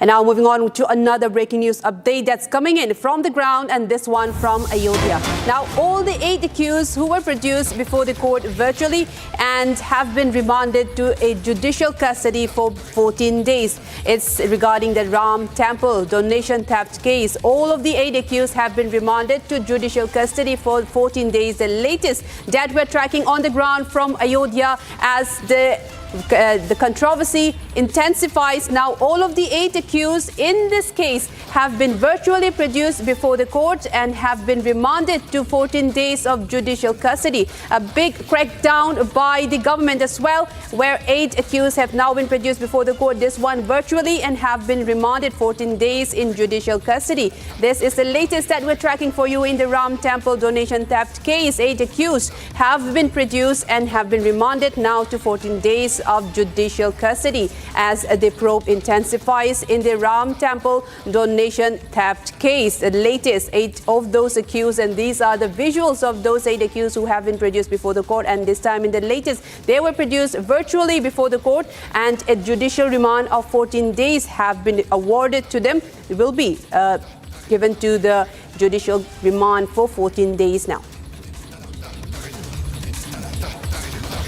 The latest that we're tracking from the ground in Ayodhya, a major controversy that has erupted now after the Yogi government has warned of strong action against those involved in this case, where donations have been stolen, and 8 accused have been named in the FIR, and SIT probe has also been launched against this. And now, after being produced virtually before the court, a 14 days of judicial custody has been given to those 8 accused, and some of the names include the Tinu Yadav, one of the other have also been, the 7 others have also been arrested regarding this case. And also in the latest development, the main accused, the main person, the main trust, the general secretary of the trust also resigned, and more questioning are also being taken place. Now I'm joined by my colleague Shubham, who has more updates on this. And thank you so much for joining us. We would like more on this. We are now getting reports that 14 days judicial remand have been awarded to the 8 accused. And what else do you have for us on this, on the Ram Temple controversy that we're tracking? की कोशिश ये की थी कि आखिर उनका रहन सहन कैसा था, उन्होंने क्या संपत्तियां बनाई और उनके परिवार के लोग क्या कह रहे थे इस पूरे चोरी के मामले को लेकर। लेकिन अब जब वीसी के जरिए पूछताछ हुई है तो इसमें साफ तौर पर जो पेशी हुई है उसमें साफ तौर पर यह सामने आया है कि 14 दिन की जेसी पे भेजा गया है, यानी कि न्यायिक हिरासत में उन्हें भेजा गया है। फिलहाल पुलिस रिमांड पर इसलिए नहीं मांग सकी इस बार की पेशी में क्योंकि पुलिस के पास कहीं ना कहीं साक्ष्यों की कमी नजर आ रही है। पुलिस अभी भी तहकीकात में जुटी हुई है कि आखिर इन 8 आरोपियों ने कहां-कहां लेन देन किया है, इन रुपयों को कहां खपाया है, ये संपत्ति कहां-कहां खरीदी है और उनका बैंकों का स्टेटमेंट क्या है। चूंकि एक संकेत करता है जब पेशी थी आज जो कि 11 बजे का समय। Right, as many investigations were being carried out, and several questioning was also done by the police, as per our reporters who have been tracking all of these stories in great detail from the ground. And several after hours of questioning, and we also know that the main who have been in charge of the temple trust, donation trust, was also questioned, and one of them is still remaining absconding, Champat Rai, and several others have also resigned in this case, and they are also they are also being questioned on that. And this is a major controversy that's now turned into a major flashpoint in the temple donation theft case. There's Tinu Yadav, who was produced before the court a few days earlier, and several others have also been named in the FIR. Now, my colleague has more on this. All right, Shubham is joining us live from the ground, and thank you so much for joining us, Shubham. Could you tell us more on the 14-day judicial custody that have been awarded to the 8 accused, and what else do we know of those who are in charge of the temple theft trust, of the Ram Temple? Shubham. बिल्कुल आज का दिन बड़ा अहम था और VC के जरिए इन 8 आरोपियों की पेशी होती है। पेशी में 14 दिन की न्यायिक हिरासत यानी जुडिशल कस्टडी में इन्हें भेज दिया गया है। 2 हफ्तों की जेसी के जरिए अब इन्हें जेल में भेज दिया जाएगा। लेकिन पुलिस रिमांड पर इसलिए नहीं ले सकी इन 8 आरोपियों को क्योंकि पुलिस के हाथ में साक्ष्य कमजोर थे, साक्ष्य कम थे, ये जानकारी सामने आ रही है। चूंकि पेशी से ठीक 1 घंटे पहले पुलिस ने तीनों बैंकों में दबिश दी। जो ट्रस्ट के खाते जिन बैंकों में थे वहां पुलिस पहुंचती है। जो 8 आरोपी हैं उनके खाते जिन बैंकों में थे पुलिस वहां पहुंचती है। Canara Bank, Bank of Baroda और स्टेट बैंक ऑफ इंडिया की अयोध्या धाम शाखा पुलिस पहुंचती है और इन तीनों ब्रांच में जाकर पुलिस ये खंगालने की कोशिश करती है कि इन तीनों आरोपियों के लेन देन कहां-कहां हुए थे, कहां-कहां इन तीनों आरोपियों ने ट्रस्ट के पैसे का लेन देन यहां पर किया था और कैसे पैसे खपाए थे, यानी कहां उन्होंने इन पैसों का इस्तेमाल किया था, ये जांचने की कोशिश करती है। पेशी से ठीक 1 घंटे पहले, इसके पहले बीते 24 घंटे की हम बात करें तो यहाँ इन करीब 8 आरोपियों के घरों में दबिश दी थी पुलिस ने। परिवार के लोगों से पूछताछ की थी कि कहां-कहां उन्होंने संपत्ति खरीदी है, कहां पैसों का इस्तेमाल किया है, पैसे कहां छुपाए हैं। टिन्नू यादव, मनीष यादव, ये वो नाम है जो बड़े प्रमुख और खास चेहरे हैं। रसूख इन दोनों का था बड़ा, और टिन्नू यादव के मकान से कल भी कुछ कैश बरामद हुआ, उसके घर से कुछ कैश बरामद हुआ है, ये जानकारी भी सामने आ रही थी। लेकिन अब जो पेशी हुई है उसमें कहीं ना कहीं पुलिस रिमांड पर नहीं ले सकी इन आरोपियों को और न्यायिक हिरासत में 14 दिनों के लिए इन 8 आरोपियों को भेज दिया गया है। यानी ये 8 आरोपी अभी 14 दिन न्यायिक हिरासत में जेल में ही रहेंगे। पुलिस इन्हें रिमांड पर नहीं ले सकी, यानी कि सख्ती से पूछताछ करने के लिए पुलिस को इन्हें रिमांड पर लेना होगा, लेकिन अभी पुलिस रिमांड नहीं मिल पाई है। ये सभी जुडिशियल कस्टडी न्यायिक हिरासत में गए हैं जेल के अंदर एक बार फिर 2 हफ्तों के लिए। ये बड़ी जानकारी सामने आ रही है। पहले गहमा गहमी थी कि शायद फेस टू फेस ये सुनवाई हो सकती है, कोर्ट में पेश किया जा सकता है 8 आरोपियों को, लेकिन दोपहर के बाद 2 बजे के बाद ही स्पष्ट हो गया कि वीसी के जरिए वर्चुअल माध्यम से ये पेशी होगी और उसके बाद इस पेशी में साफ तौर पर स्पष्ट हो चुका है कि अब 14 दिनों के लिए इन 8 आरोपियों को न्यायिक हिरासत में भेज दिया गया है, जुडिशियल कस्टडी में भेज दिया गया है। अब बड़ी बात यह है कि इस कस्टडी के दौरान क्या पुलिस इन्हें रिमांड पर लेने की कोशिश करेगी, क्या एक बार फिर पेशी का मौका मिलेगा, और अगर अदालत ने इन्हें पुलिस रिमांड पर दिया तो उसके बाद ही ये साफ हो पाएगा कि आखिर पूछताछ में और क्या नया निकलकर सामने आता है। वरना SIT की जांच लगातार जारी है। पुलिस जो SIT के रिकमेंडेशंस वाले नाम हैं, जो संदिग्ध भूमिकाएं वाले नाम हैं, उन नामों को लेकर लगातार तहकीकात कर रही है, उन नामों को लेकर इन्वेस्टिगेशन कर रही है और ये जांचने की कोशिश कर रही है कि कौन कौन इसमें संलिप्त हो सकता है। लेकिन फिलहाल ये 8 आरोपी न्यायिक हिरासत में जा चुके हैं। ये फैसला अदालत ने सुनाया है। ये बड़ी सुनवाई थी, अहम सुनवाई थी और अभी 2 हफ्ते तक ये सभी 8 आरोपी न्यायिक हिरासत में ही रहेंगे। Right. Thank you so much for all of those insights and updates. Shubham will get back to you for more in this. And now, viewers, more stories coming in, and in the latest development, trouble seems to mount for the TVK Minister Sarath Kumar and the VJ government in Tamil Nadu after a complaint was filed by DMK advocate Saranya Natharanjan, seeking a proper investigation in the video that went on social media that alleged that the minister was seen crushing a white powder-like substance during an IPL match 2 years ago. Another complaint has been filed against Tamil Nadu Minister for Human Resources Management D. Sarath Kumar, alleging that he distributed money to induce people to vote during the election campaign. The complaint was lodged by a representative of the election flying squad at the Visaranai Nagar police station of Tambaram constituency after a video allegedly showing money being distributed during Minister Sarath Kumar's campaign went viral. This is the latest as trouble seems to mount for the VJ government. Before there was the viral video of the Sarath Kumar, and now another complaint filed against him. I am now joined by my colleague Sharda to give us more details on this. Sharda, we're getting that this is not just one incident. Now more and more trouble seems to be mounting on the VJ government, the Sarath Kumar, at the flashpoint of all of this controversy where one video went viral and now another complaint being launched against him. Can you tell us more on this? Well, Amrita, as you saw last week, it was all about Sarath Kumar's video where he said he was crushing a tablet for his child who was sick. However, multiple people claim that it was not a substance that is not prohibited and that claimed that it could be even drugs. So DMK today made a huge protest against the declining law and situation in the state of Tamil Nadu. In that, they also included that an investigation should be done against TVK Minister Sarath Kumar, alleging that the video is misdirecting.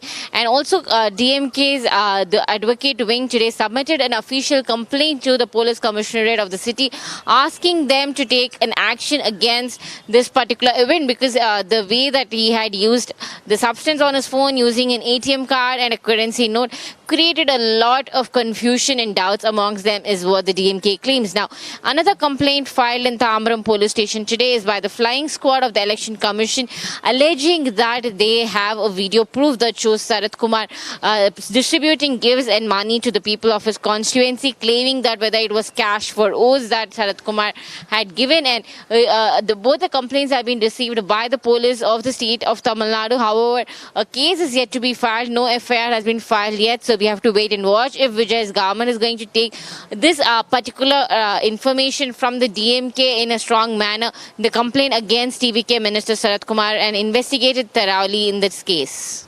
And also, Sharda, we have had reports that there were several protests that was carried out today. DMK student wing also carried out a protest demanding action against him. So why is the Vijay government silent and haven't responded any of these allegations, neither denying nor confirming? What does this say? This tell about the TVK government? We know that Vijay has been strong against the anti-drug campaign, which was big on his agenda during elections. And now with all this controversy mounting on him, why is he remaining silent on this?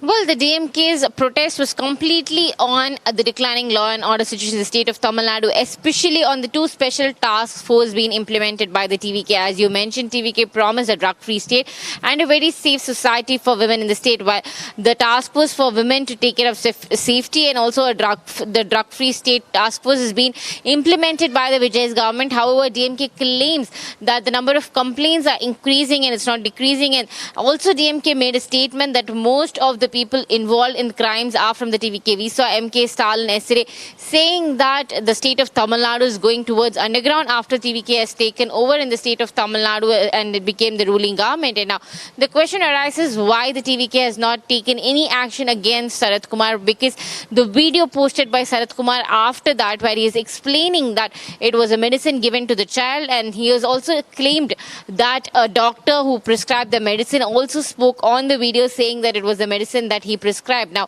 TVK has not taken any legal action, has not given any explanation as such, because the minister claims that it was a tablet that was prescribed by a pediatrician for his sick child. Now, the question is also once again arising whether the TVK will take action against his own ministers. Now, while the TVK has been silent over this issue, we have to wait and watch whether an inquiry will be taken place, because it's likely that a normal inquiry at least would be done, because the CMO has requested a letter from the respective minister and regarding these complaints. Right. Thank you so much for all of those details, Sharda, and we'll continue to get in touch with you for more updates. And now, viewers, we have a big breaking news coming in at the moment. Prime Minister Narendra Modi will be holding a meeting with secretaries tomorrow. The meeting will focus on new reforms. Now, secretaries from all departments will be present and they will be presenting their information at the meeting. The future goals will also be discussed, and the meeting is slated to be held at around 4:30 tomorrow. A cabinet meeting that will be chaired by the Prime Minister himself will be held on Wednesday at 11 a.m. This is after the Prime Minister comes back from his Seychelles visit and is scheduled to hold a key crucial meeting where several secretaries will be there to present their presentations, and this is regarding a meeting for all of the secretaries of all departments will be present there. A cabinet meeting will also be held on this regard, and this is a crucial meeting to discuss key future goals of the country, key goals of the nation.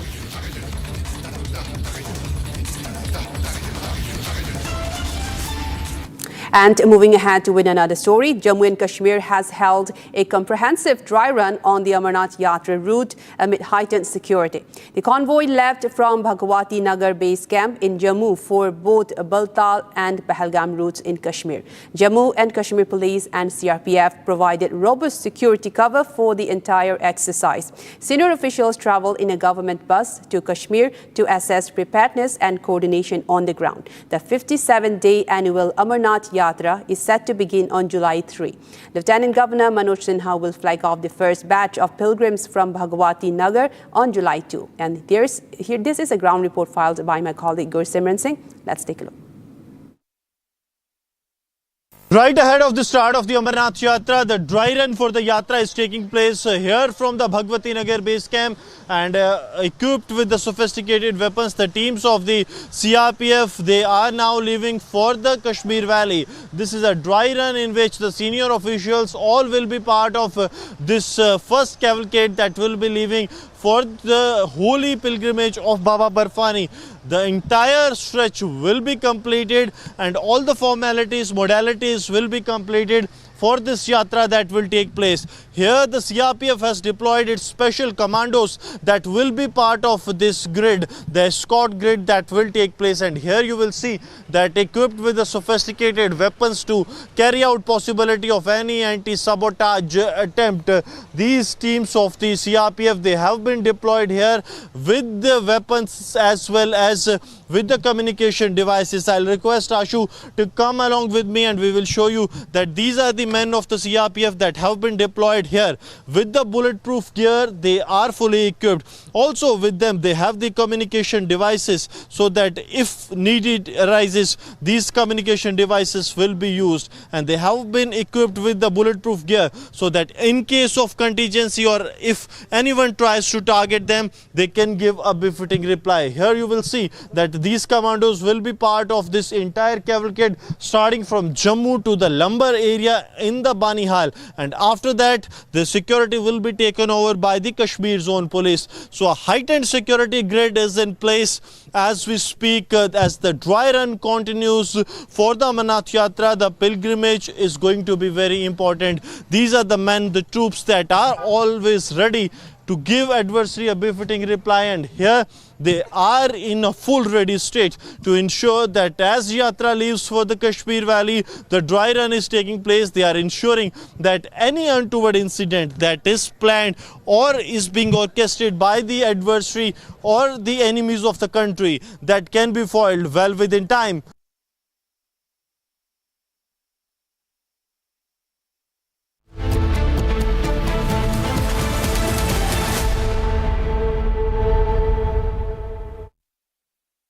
प्यास बुझाए ठंडक लाए सबको भाए जीरा से MTH का जलजीरा जीरा से जीरा सिप असली रिफ्रेशिंग, असली स्वाद, असली मजा। AU सेविंग्स अकाउंट में मिलते हैं amazing benefits, paperless banking and higher interest, वो भी हर महीने। Money money money money every month. सोच बदलो और बैंक भी। थोड़े में ज्यादा स्वाद, यही तो है इसकी खास बात। वाओ मामा क्या स्वाद है, अरे मेरे राजा। मसाला।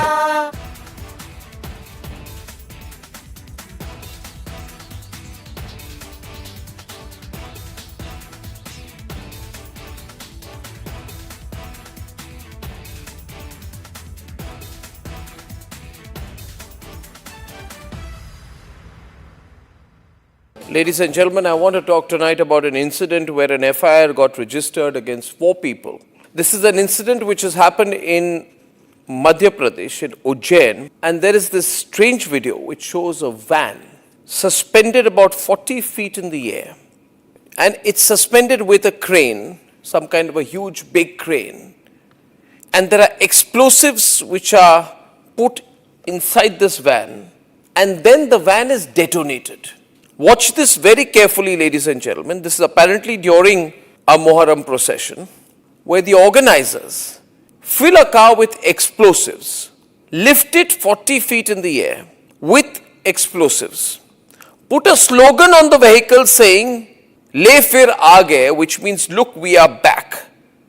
And then they explode the van. And at that point of time, there are posters put, there's a lot of mayhem. It's also seen in the video that there are 2 people who are waving red flags before the blast, and the car is detonated mid-air amidst the spectators.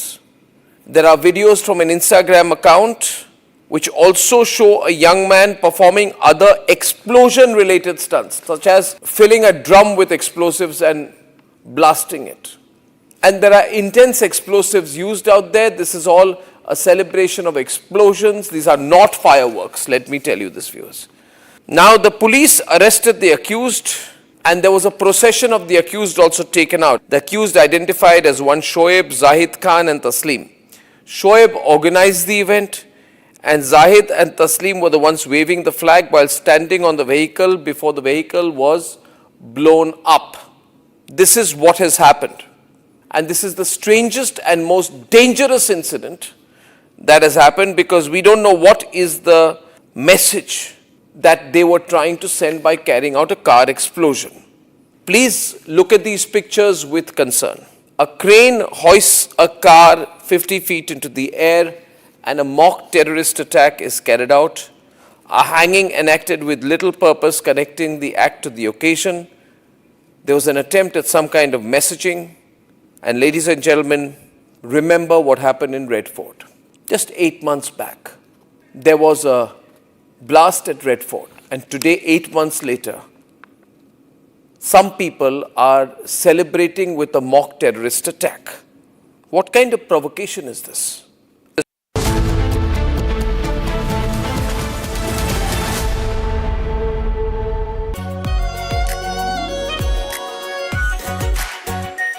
Our pure Shahi Paneer Masala. Delicious, healthy, every day. केसरिया से मन जोगी हुआ रे, दिल झूमे देखो मतवारा हुआ रे। केसरिया से मन जोगी हुआ। हर पल मनाओ केसरी त्योहार। विमल, बोलो जुबान केसरी। चमकी चाट से क्या बना है? आलू चाट या फ्रूट चाट। स्वाद बढ़ाए चमकी चाट।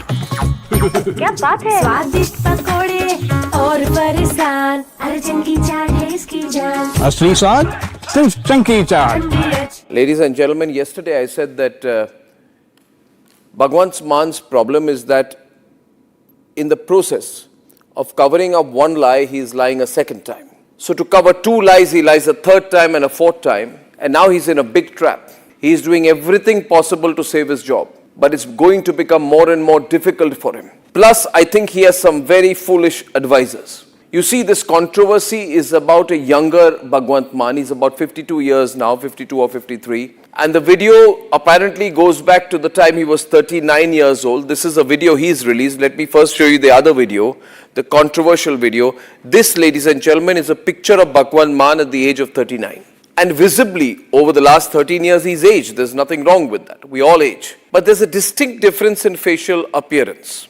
I'd like to show you a picture of Bhagwant Mann at present, which is about 52, 53 years old. And Bhagwant Mann on the other side at the age of 39, when he was a performer. Well, he is still a performer in a way. But there's a distinct physical difference. A, he's put on a lot of weight. His face is much more puffy. He's older. He's wearing a turban. He was not wearing a turban at that time. Not always, at least. Not always photographed with a turban. And so there's a distinct difference. So if you see the picture of the younger Bhagwant Mann, you'd actually have a blink and miss moment. Is this the same guy, you'd say? We all age. But some people, their appearance changes distinctly between 12 to 13 years. They're almost unrecognizable. And Bhagwant Mann is, fortunately or unfortunately, among those people. Now, what Bhagwant Mann is trying to say is, the guy you see in the pictures, in the sacrilege video, is not me. And he's banking on the fact that he looks different now. Now look at the picture on the left hand side, the younger Bhagwant Mann. And look at the pictures on the right. From Asia's largest news headquarters, setting the agenda for Bharat.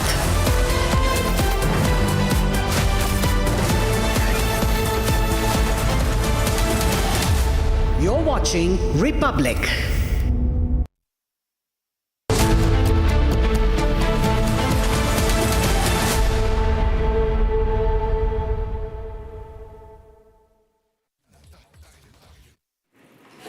Good afternoon, viewers. You're watching Live and Breaking, and I'm Rakshita Mishra with you. Let's get started with the top story that we're tracking for you at 4.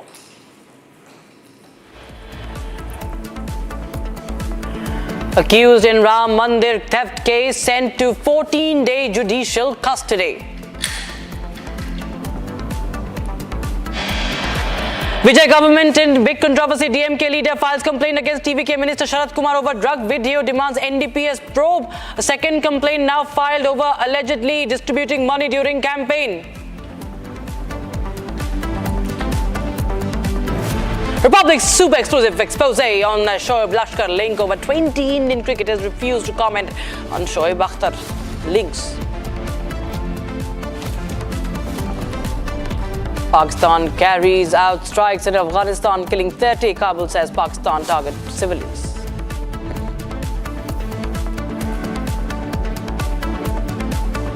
Akal Takht summons Sikh MLAs, Punjab ministers over anti-sacrilege law.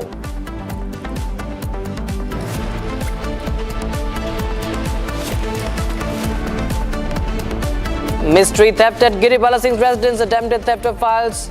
But thieves scoot on hearing police siren. Was it an attempt to tamper evidence?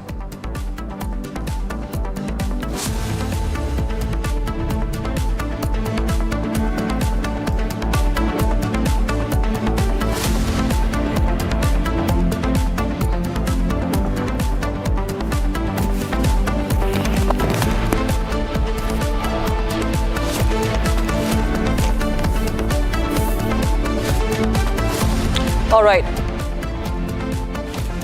Now, viewers, on Saturday, Republic broke the agenda-setting story from Pakistan. Pakistani former cricketer Shoaib Akhtar was seen standing next to Lashkar-e-Taiba terrorists at his brother's funerals. There were 4 of the terrorists, including the mastermind of Pahalgam terror attack, who were seen with Shoaib Akhtar at his brother's funeral. Imam Rahman, aide of Pakistan Pahalgam terror attack mastermind Saifullah Qusuri, was also there. Republic also reached out to over 20 cricketers, Indian cricketers I'm talking about, former cricketers, for a comment on this, but they refused to speak up on the big expose on this link that has been now caught on camera. Once again, not new, but once again. And this is the Pahalgam terror attack mastermind, viewers. It's been a little more than a year. Our forces, of course, avenged the attack, but what we are seeing right now is absolute silence from the cricket fraternity here in India. We have Major General P.K. Sehgal joining us on the broadcast. Sir, well, we've seen that the Pakistan cricketers have had a history. Now we have in the latest Shoaib Akhtar, who's openly in public view, full public view, seen with these terrorists, including the Pahalgam terror attack mastermind. But we do not see any voice from India who has condemned this. Not even, forget talking about what action should be taken, why Pakistan should be isolated or not, but not a word of condemnation yet, sir. This is extremely important expose by Republic. My compliments to Republic. It clearly indicates a very close linkage between the Pakistan establishment, the Pakistan ISI army and the terrorists. India has been loud and clear stating to everybody that Pakistan is a state which sponsors terrorism, carries out terrorist activities in India, and not only in India but all over the world. Wherever any terrorist activity takes place, Pakistan is directly or indirectly involved. Pakistan is always in a denial mode, and unfortunately for India, certain powers that have voting rights, like for America or China, particularly China, continues to back the Pakistanis on this. As far as India is concerned, India ought to condemn it very strongly. Even other cricketers who've been approached by the Republic channel, they remained silent on this. It is high time that the people of India put immense pressure on the governments across this global sporting community also to take Pakistan for what it is. In fact, Pakistan is not only carrying out terrorist activities against India, but even the strikes that they've carried out against Afghanistan, where the civilians have been killed, particularly a lot of children, clearly indicates that as far as Pakistan army is concerned and the ISI is concerned and the terrorists are concerned, they're all in hand in glove in promoting such vicious activities across the globe. And India ought to capitalize on this. My once again compliments to the Republic channel for having exposed this. It somehow or the other did not gain the attention of the Indian community to the extent that it ought to have gained. And India very strongly need to once again take it up. After this Iran-America deal, Pakistan has unfortunately gained a certain amount of ascendancy over India. And at this point of time, Pakistan narrative is being accepted by the world, particularly the Western world that means business. This gives a wonderful opportunity for India to once again tear Pakistan apart and tell the world that it is Pakistan and Pakistan alone which is responsible for what is happening not only in the Indian subcontinent but also across the globe. Back to you. Right, Major General P.K. Sehgal, appreciate you joining us on the broadcast with your thoughts. Thanks so much for joining us on Republic TV. Viewers, we'll continue to show you the video, viewers, that has that has once again exposed Pakistani link, the civil society links with the terrorists. We've seen the army officers of Pakistan attending funerals of terrorists. Now you have terrorists attending funeral of a former cricketer, a very, very popular face in Pakistan cricket. He's been very popular in India as well. We've seen many of our cricketers interacting in the past I'm saying, but they've had a sort of a bond with Shoaib Akhtar earlier. But today no one speaks up about it. No one speaks up, not a word of condemnation. Pahalgam terror attack, you can see that visual on the right side of the screen. But now we see the mastermind attending the funeral of brother of Shoaib Akhtar. And we continue to have that debate, viewers, on Republic TV. In the meantime, we shift our focus to the other stories. A shocking new twist now coming in as far as Tushar Sharma's death case is concerned. A theft bid was reported at the residence of Giribala Singh, who's the accused in this case, ex-judge. Now, this is now raising more questions than answers, viewers. Police say that the intruders allegedly targeted not just jewelry but also files containing documents that were linked to Giribala Singh and her son Samar Singh. They're both in jail right now. Now, at the time of the incident, Giribala Singh's brother was present in the house. He said that the thieves entered through the rear portion of the house late Saturday night, so no one initially noticed the break-in. Now, coincidentally, a police patrol was passing nearby. On hearing the police vehicle siren, the burglars panicked, abandoned the stolen goods and escaped. They chased them. Police chased them, but they managed to flee. So now several questions are now being raised as why would burglars be interested in documents?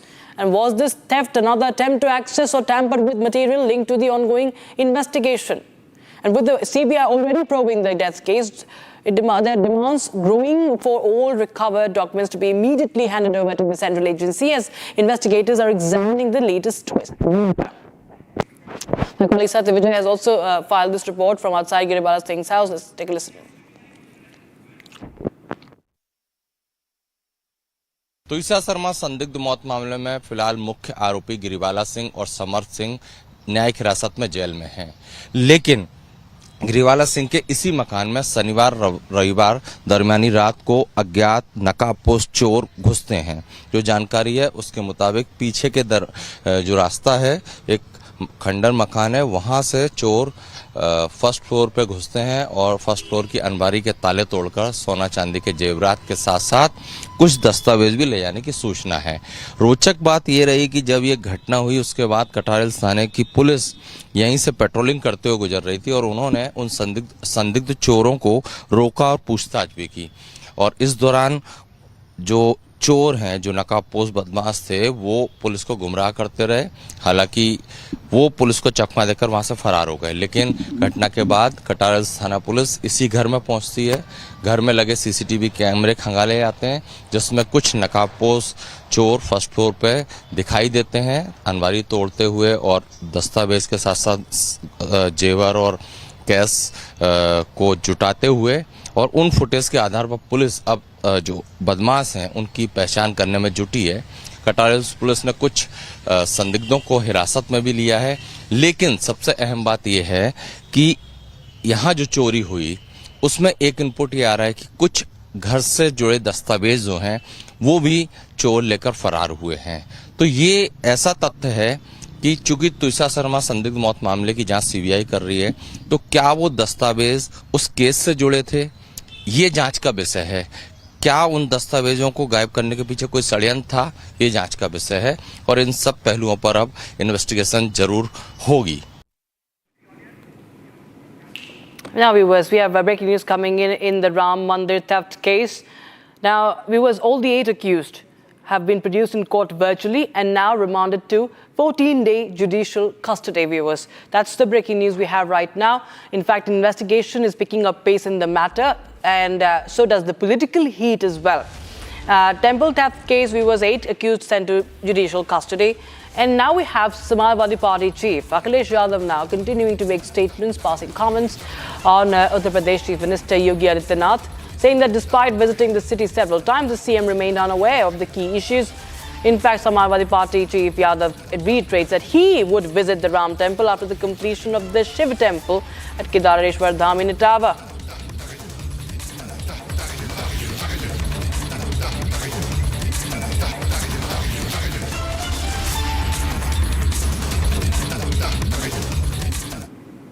आपने tweet करके कहा है कि अगर सपा सरकार बनेगी तो एक आदर्श धार्मिक स्थल जो है अयोध्या बनाएंगे। इस बात को हम लोग इसलिए कह रहे हैं कि जिस तरह का विकास या जिस तरह का अयोध्या का काम होना चाहिए था, दुनिया के लोग जहां आते हैं तो कम से कम दुनिया के वर्ल्ड क्लास इंफ्रास्ट्रक्चर तो हो, और जो श्रद्धालु आते हैं, जिन्हें आस्था के साथ आते हैं, उन्हें सुविधाएं अंतर्राष्ट्रीय स्तर की मिले।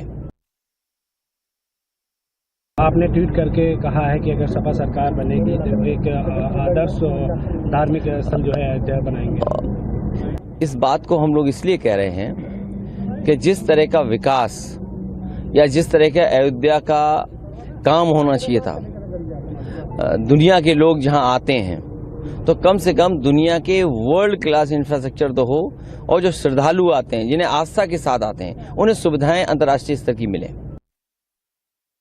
In response, the Uttar Pradesh Chief Minister Yogi Adityanath has hit back at the Samajwadi Party chief, daring him to back the movement for the liberation of the Krishna Janmabhoomi temple on the lines of the Ram Janmabhoomi campaign. In fact, he also went on to invoke the police firing on car sevaks during Ram temple movement in 1990 when SP founder and Akhilesh's father Mulayam Singh Yadav was the chief minister of Uttar Pradesh. Take a listen into what Yogi Adityanath said. मैं कल Samajwadi party के अध्यक्ष श्री अखिलेश यादव जी का एक बयान पढ़ रहा था और कह रहे थे कि उनकी सरकार आएगी तो अयोध्या को धार्मिक नगरी बनाएगी। अरे आप क्या धार्मिक नगरी बनाएंगे? आपने तो अपना इतिहास देखे, राम भक्तों पर गोली आप ही के लोगों ने चलाई थी, आप ही की सरकार ने चलाई थी, समाजवादी पार्टी की सरकार ने। In fact, my colleague Shubham is joining us live on the broadcast from Ayodhya. Shubham, हम देख रहे हैं किस तरह से जो बयानबाजी चल रही है वो अभी तक जारी है। हम देख रहे हैं कि चाहे एक तरफ मामले में जो तफ्तीश है वो तूल पकड़ती जा रही है, लेकिन अखिलेश यादव जो हैं वो बार बार बात कर रहे हैं योगी आदित्यनाथ पर कि किस तरह से उनके नाक के नीचे ये सब कुछ हो रहा है। यहाँ तक कि वो कहते हैं कि वो अयोध्या जाएंगे लेकिन जब केदारेश्वर बनेगा। और अब योगी आदित्यनाथ बोलते हैं कि उन्होंने फिर से याद दिलाया कि 1990 में क्या हुआ था और ये भी कहते हैं कि क्यों ना वो कृष्ण जन्मभूमि का भी समर्थन करें। बिल्कुल, 1990 में क्या हुआ था ये सब कुछ जानते हैं, लेकिन बड़ा सवाल यह है कि जब ये घटना हुई तो राम मंदिर में चढ़ावा चोरी का ये मामला ना सिर्फ करोड़ों के गबन का मामला है बल्कि करोड़ों राम भक्तों की आस्था को, उनके विश्वास को ठेस पहुंचाने का भी मामला है और ये उसे उजागर भी करता है। क्योंकि 8 आरोपी अब जेल में हैं, फिलहाल नामजद हैं, उन पर आरोप साबित हो सकते हैं। चूंकि अब पुलिस की यहाँ पर जाँच चल रही है, आज उन्हें कोर्ट में पेश किया गया, VC के जरिए सुनवाई हुई और मामले में उन्हें 14 दिन की न्यायिक हिरासत भेज दी गई है। लेकिन बड़ा सवाल ये कि जांच में अब क्या निकलकर सामने आता है, जो कि विपक्ष मौका ढूंढता है सरकार पर हमला करने का और एक बार फिर ये बड़ा और ठोस मौका बीजेपी यहाँ पर विपक्ष को मिला है सरकार पर हमला करने का। ऐसे में समाजवादी पार्टी हो, चाहे कांग्रेस हो, चाहे हम बात करें आम आदमी पार्टी की, तो ये तीनों ही जो विपक्षी दल हैं वो साफ तौर पर सरकार पर हमलावर हैं। ऐसे में सीएम योगी ने भी साफ तौर पर कहा है कि एक्शन होगा, दूध का दूध पानी का पानी होगा। SIT की जांच में चाहे कोई भी हो, उनका साफ तौर पर कहना है कि चाहे कोई भी हो, बड़ा अधिकारी हो या छोटा अधिकारी या बड़े पद पे बैठा हो कोई भी अधिकारी, जांच की आंच उन तक अगर पहुंचेगी तो पूछताछ होगी, उनसे भी सवाल किए जाएंगे और अगर दोषी पाए गए तो कार्रवाई होगी। ये बिल्कुल साफ है। लेकिन इस पूरे मसले पर सियासत गर्मा गई है, विपक्ष लगातार हमलावर है। कल कांग्रेस के जो नेता है, एक डेलीगेशन है, वो भी कल अयोध्या आ सकता है, ऐसी जानकारी सामने आ रही है। इसके पहले संजय सिंह जो कि आम आदमी पार्टी के सांसद थे, उन्होंने भी एक SIT से मुलाकात करके अपने कुछ साक्ष्य सौंपे थे। उनका कहना था कि मेरे पास कुछ अहम दस्तावेज हैं, जमीन के जुड़े कागज हैं, कुछ ऐसे ट्रांजेक्शंस हैं जिसके जरिए ये पेश होगा कि SIT को सहयोग होगा और इसके साथ साथ ये वो बात सिद्ध कर सकते हैं कि इसमें गबन हुआ है या घोटाला हुआ है। लेकिन अब समाजवादी पार्टी भी हमलावर है, इधर विपक्ष सरकार पर हमलावर है, तो वहीं सरकार का साफ तौर पर ये कहना है कि जो भी दोषी होगा उस पर सख्त से सख्त कार्रवाई की जाएगी। दोषी 14 दिन की ये साफ तौर पर सरकार का कहना है। 14 दिन की जो ये अभी इनको रिमांड पे भेजा गया है, हम देख रहे हैं कि बार एसोसिएशन कह रहा है कि कोई भी जो है इनको रिप्रेजेंट ना करे, कि इनको कोई भी वकील ना मिले। इसको लेकर भी काफी ज्यादा विरोध देखने को मिल रहा है। जहां तक बात है अयोध्या में फैजाबाद में जो बार एसोसिएशन है, वहां भी हम देख रहे हैं कि काफी कुछ प्रोटेस्ट हो रहे हैं इनके खिलाफ। एक वीडियो जो है काफी ज्यादा वायरल हो रहा है। जहां तक बात है बार एसोसिएशन के प्रेसिडेंट का भी, उसको लेकर क्या कुछ जानकारी सामने आ रही है, क्योंकि मामला तो अभी कोर्ट में चल रहा है।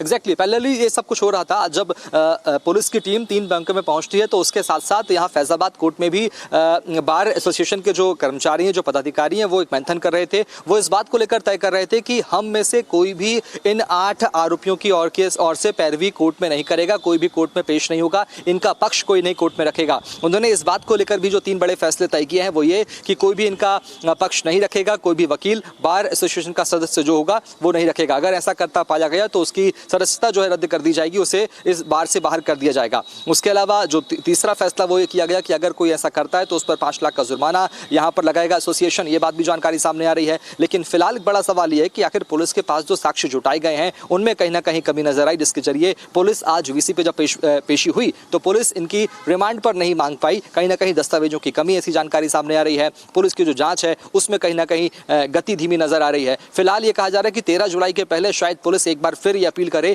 कि उन्हें पुलिस रिमांड पर लिया जाए और उसके बाद सख्ती से पूछताछ हो। लेकिन आने वाले 2 हफ्ते तक ये न्यायिक हिरासत में भेज दिए गए हैं। ये फिलहाल तक का अब तक का अपडेट है और आने वाले समय में देखना होगा कि पुलिस कब इन्हें पुलिस रिमांड पर लेती है और उसके बाद सख्ती से पूछताछ करती है। बार एसोसिएशन का भी साफ तौर पर कहना है कि कोई भी इनका पक्ष नहीं रखेगा।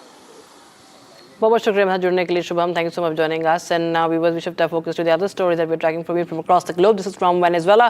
Rescue teams from Venezuela and around are racing against time to find the survivors trapped under rubble for 4 days after 2 powerful earthquakes struck the northern state of La Guaira, and the death toll has reached 1,450 with thousands still missing. International teams and local civilians continue desperate search efforts. Criticism is also growing over the Venezuelan government's response, with many saying that the civilian-led efforts have been more effective than the government's. Now, even as the critical 72-hour golden window for rescues has passed, some survivors are still being pulled from the debris, giving anguished families a glimmer of hope. Over 2,600 rescue workers and nearly 140 specially trained dogs are working around the clock in the affected areas. The scale of the disaster has triggered a massive international humanitarian response. Take a look at this report.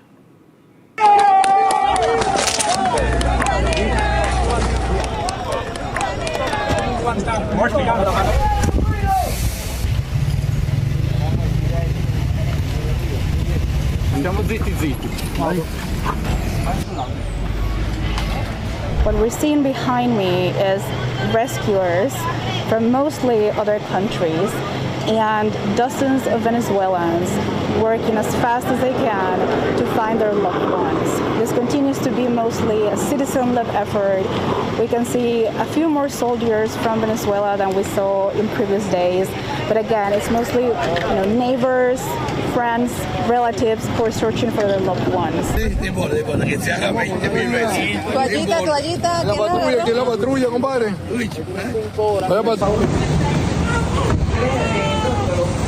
Hay que quitar primero la cámara. Vale. ¿Y tiene buen hueco de vida o no? Vale. Vale, seguimos trabajando, ¿vale?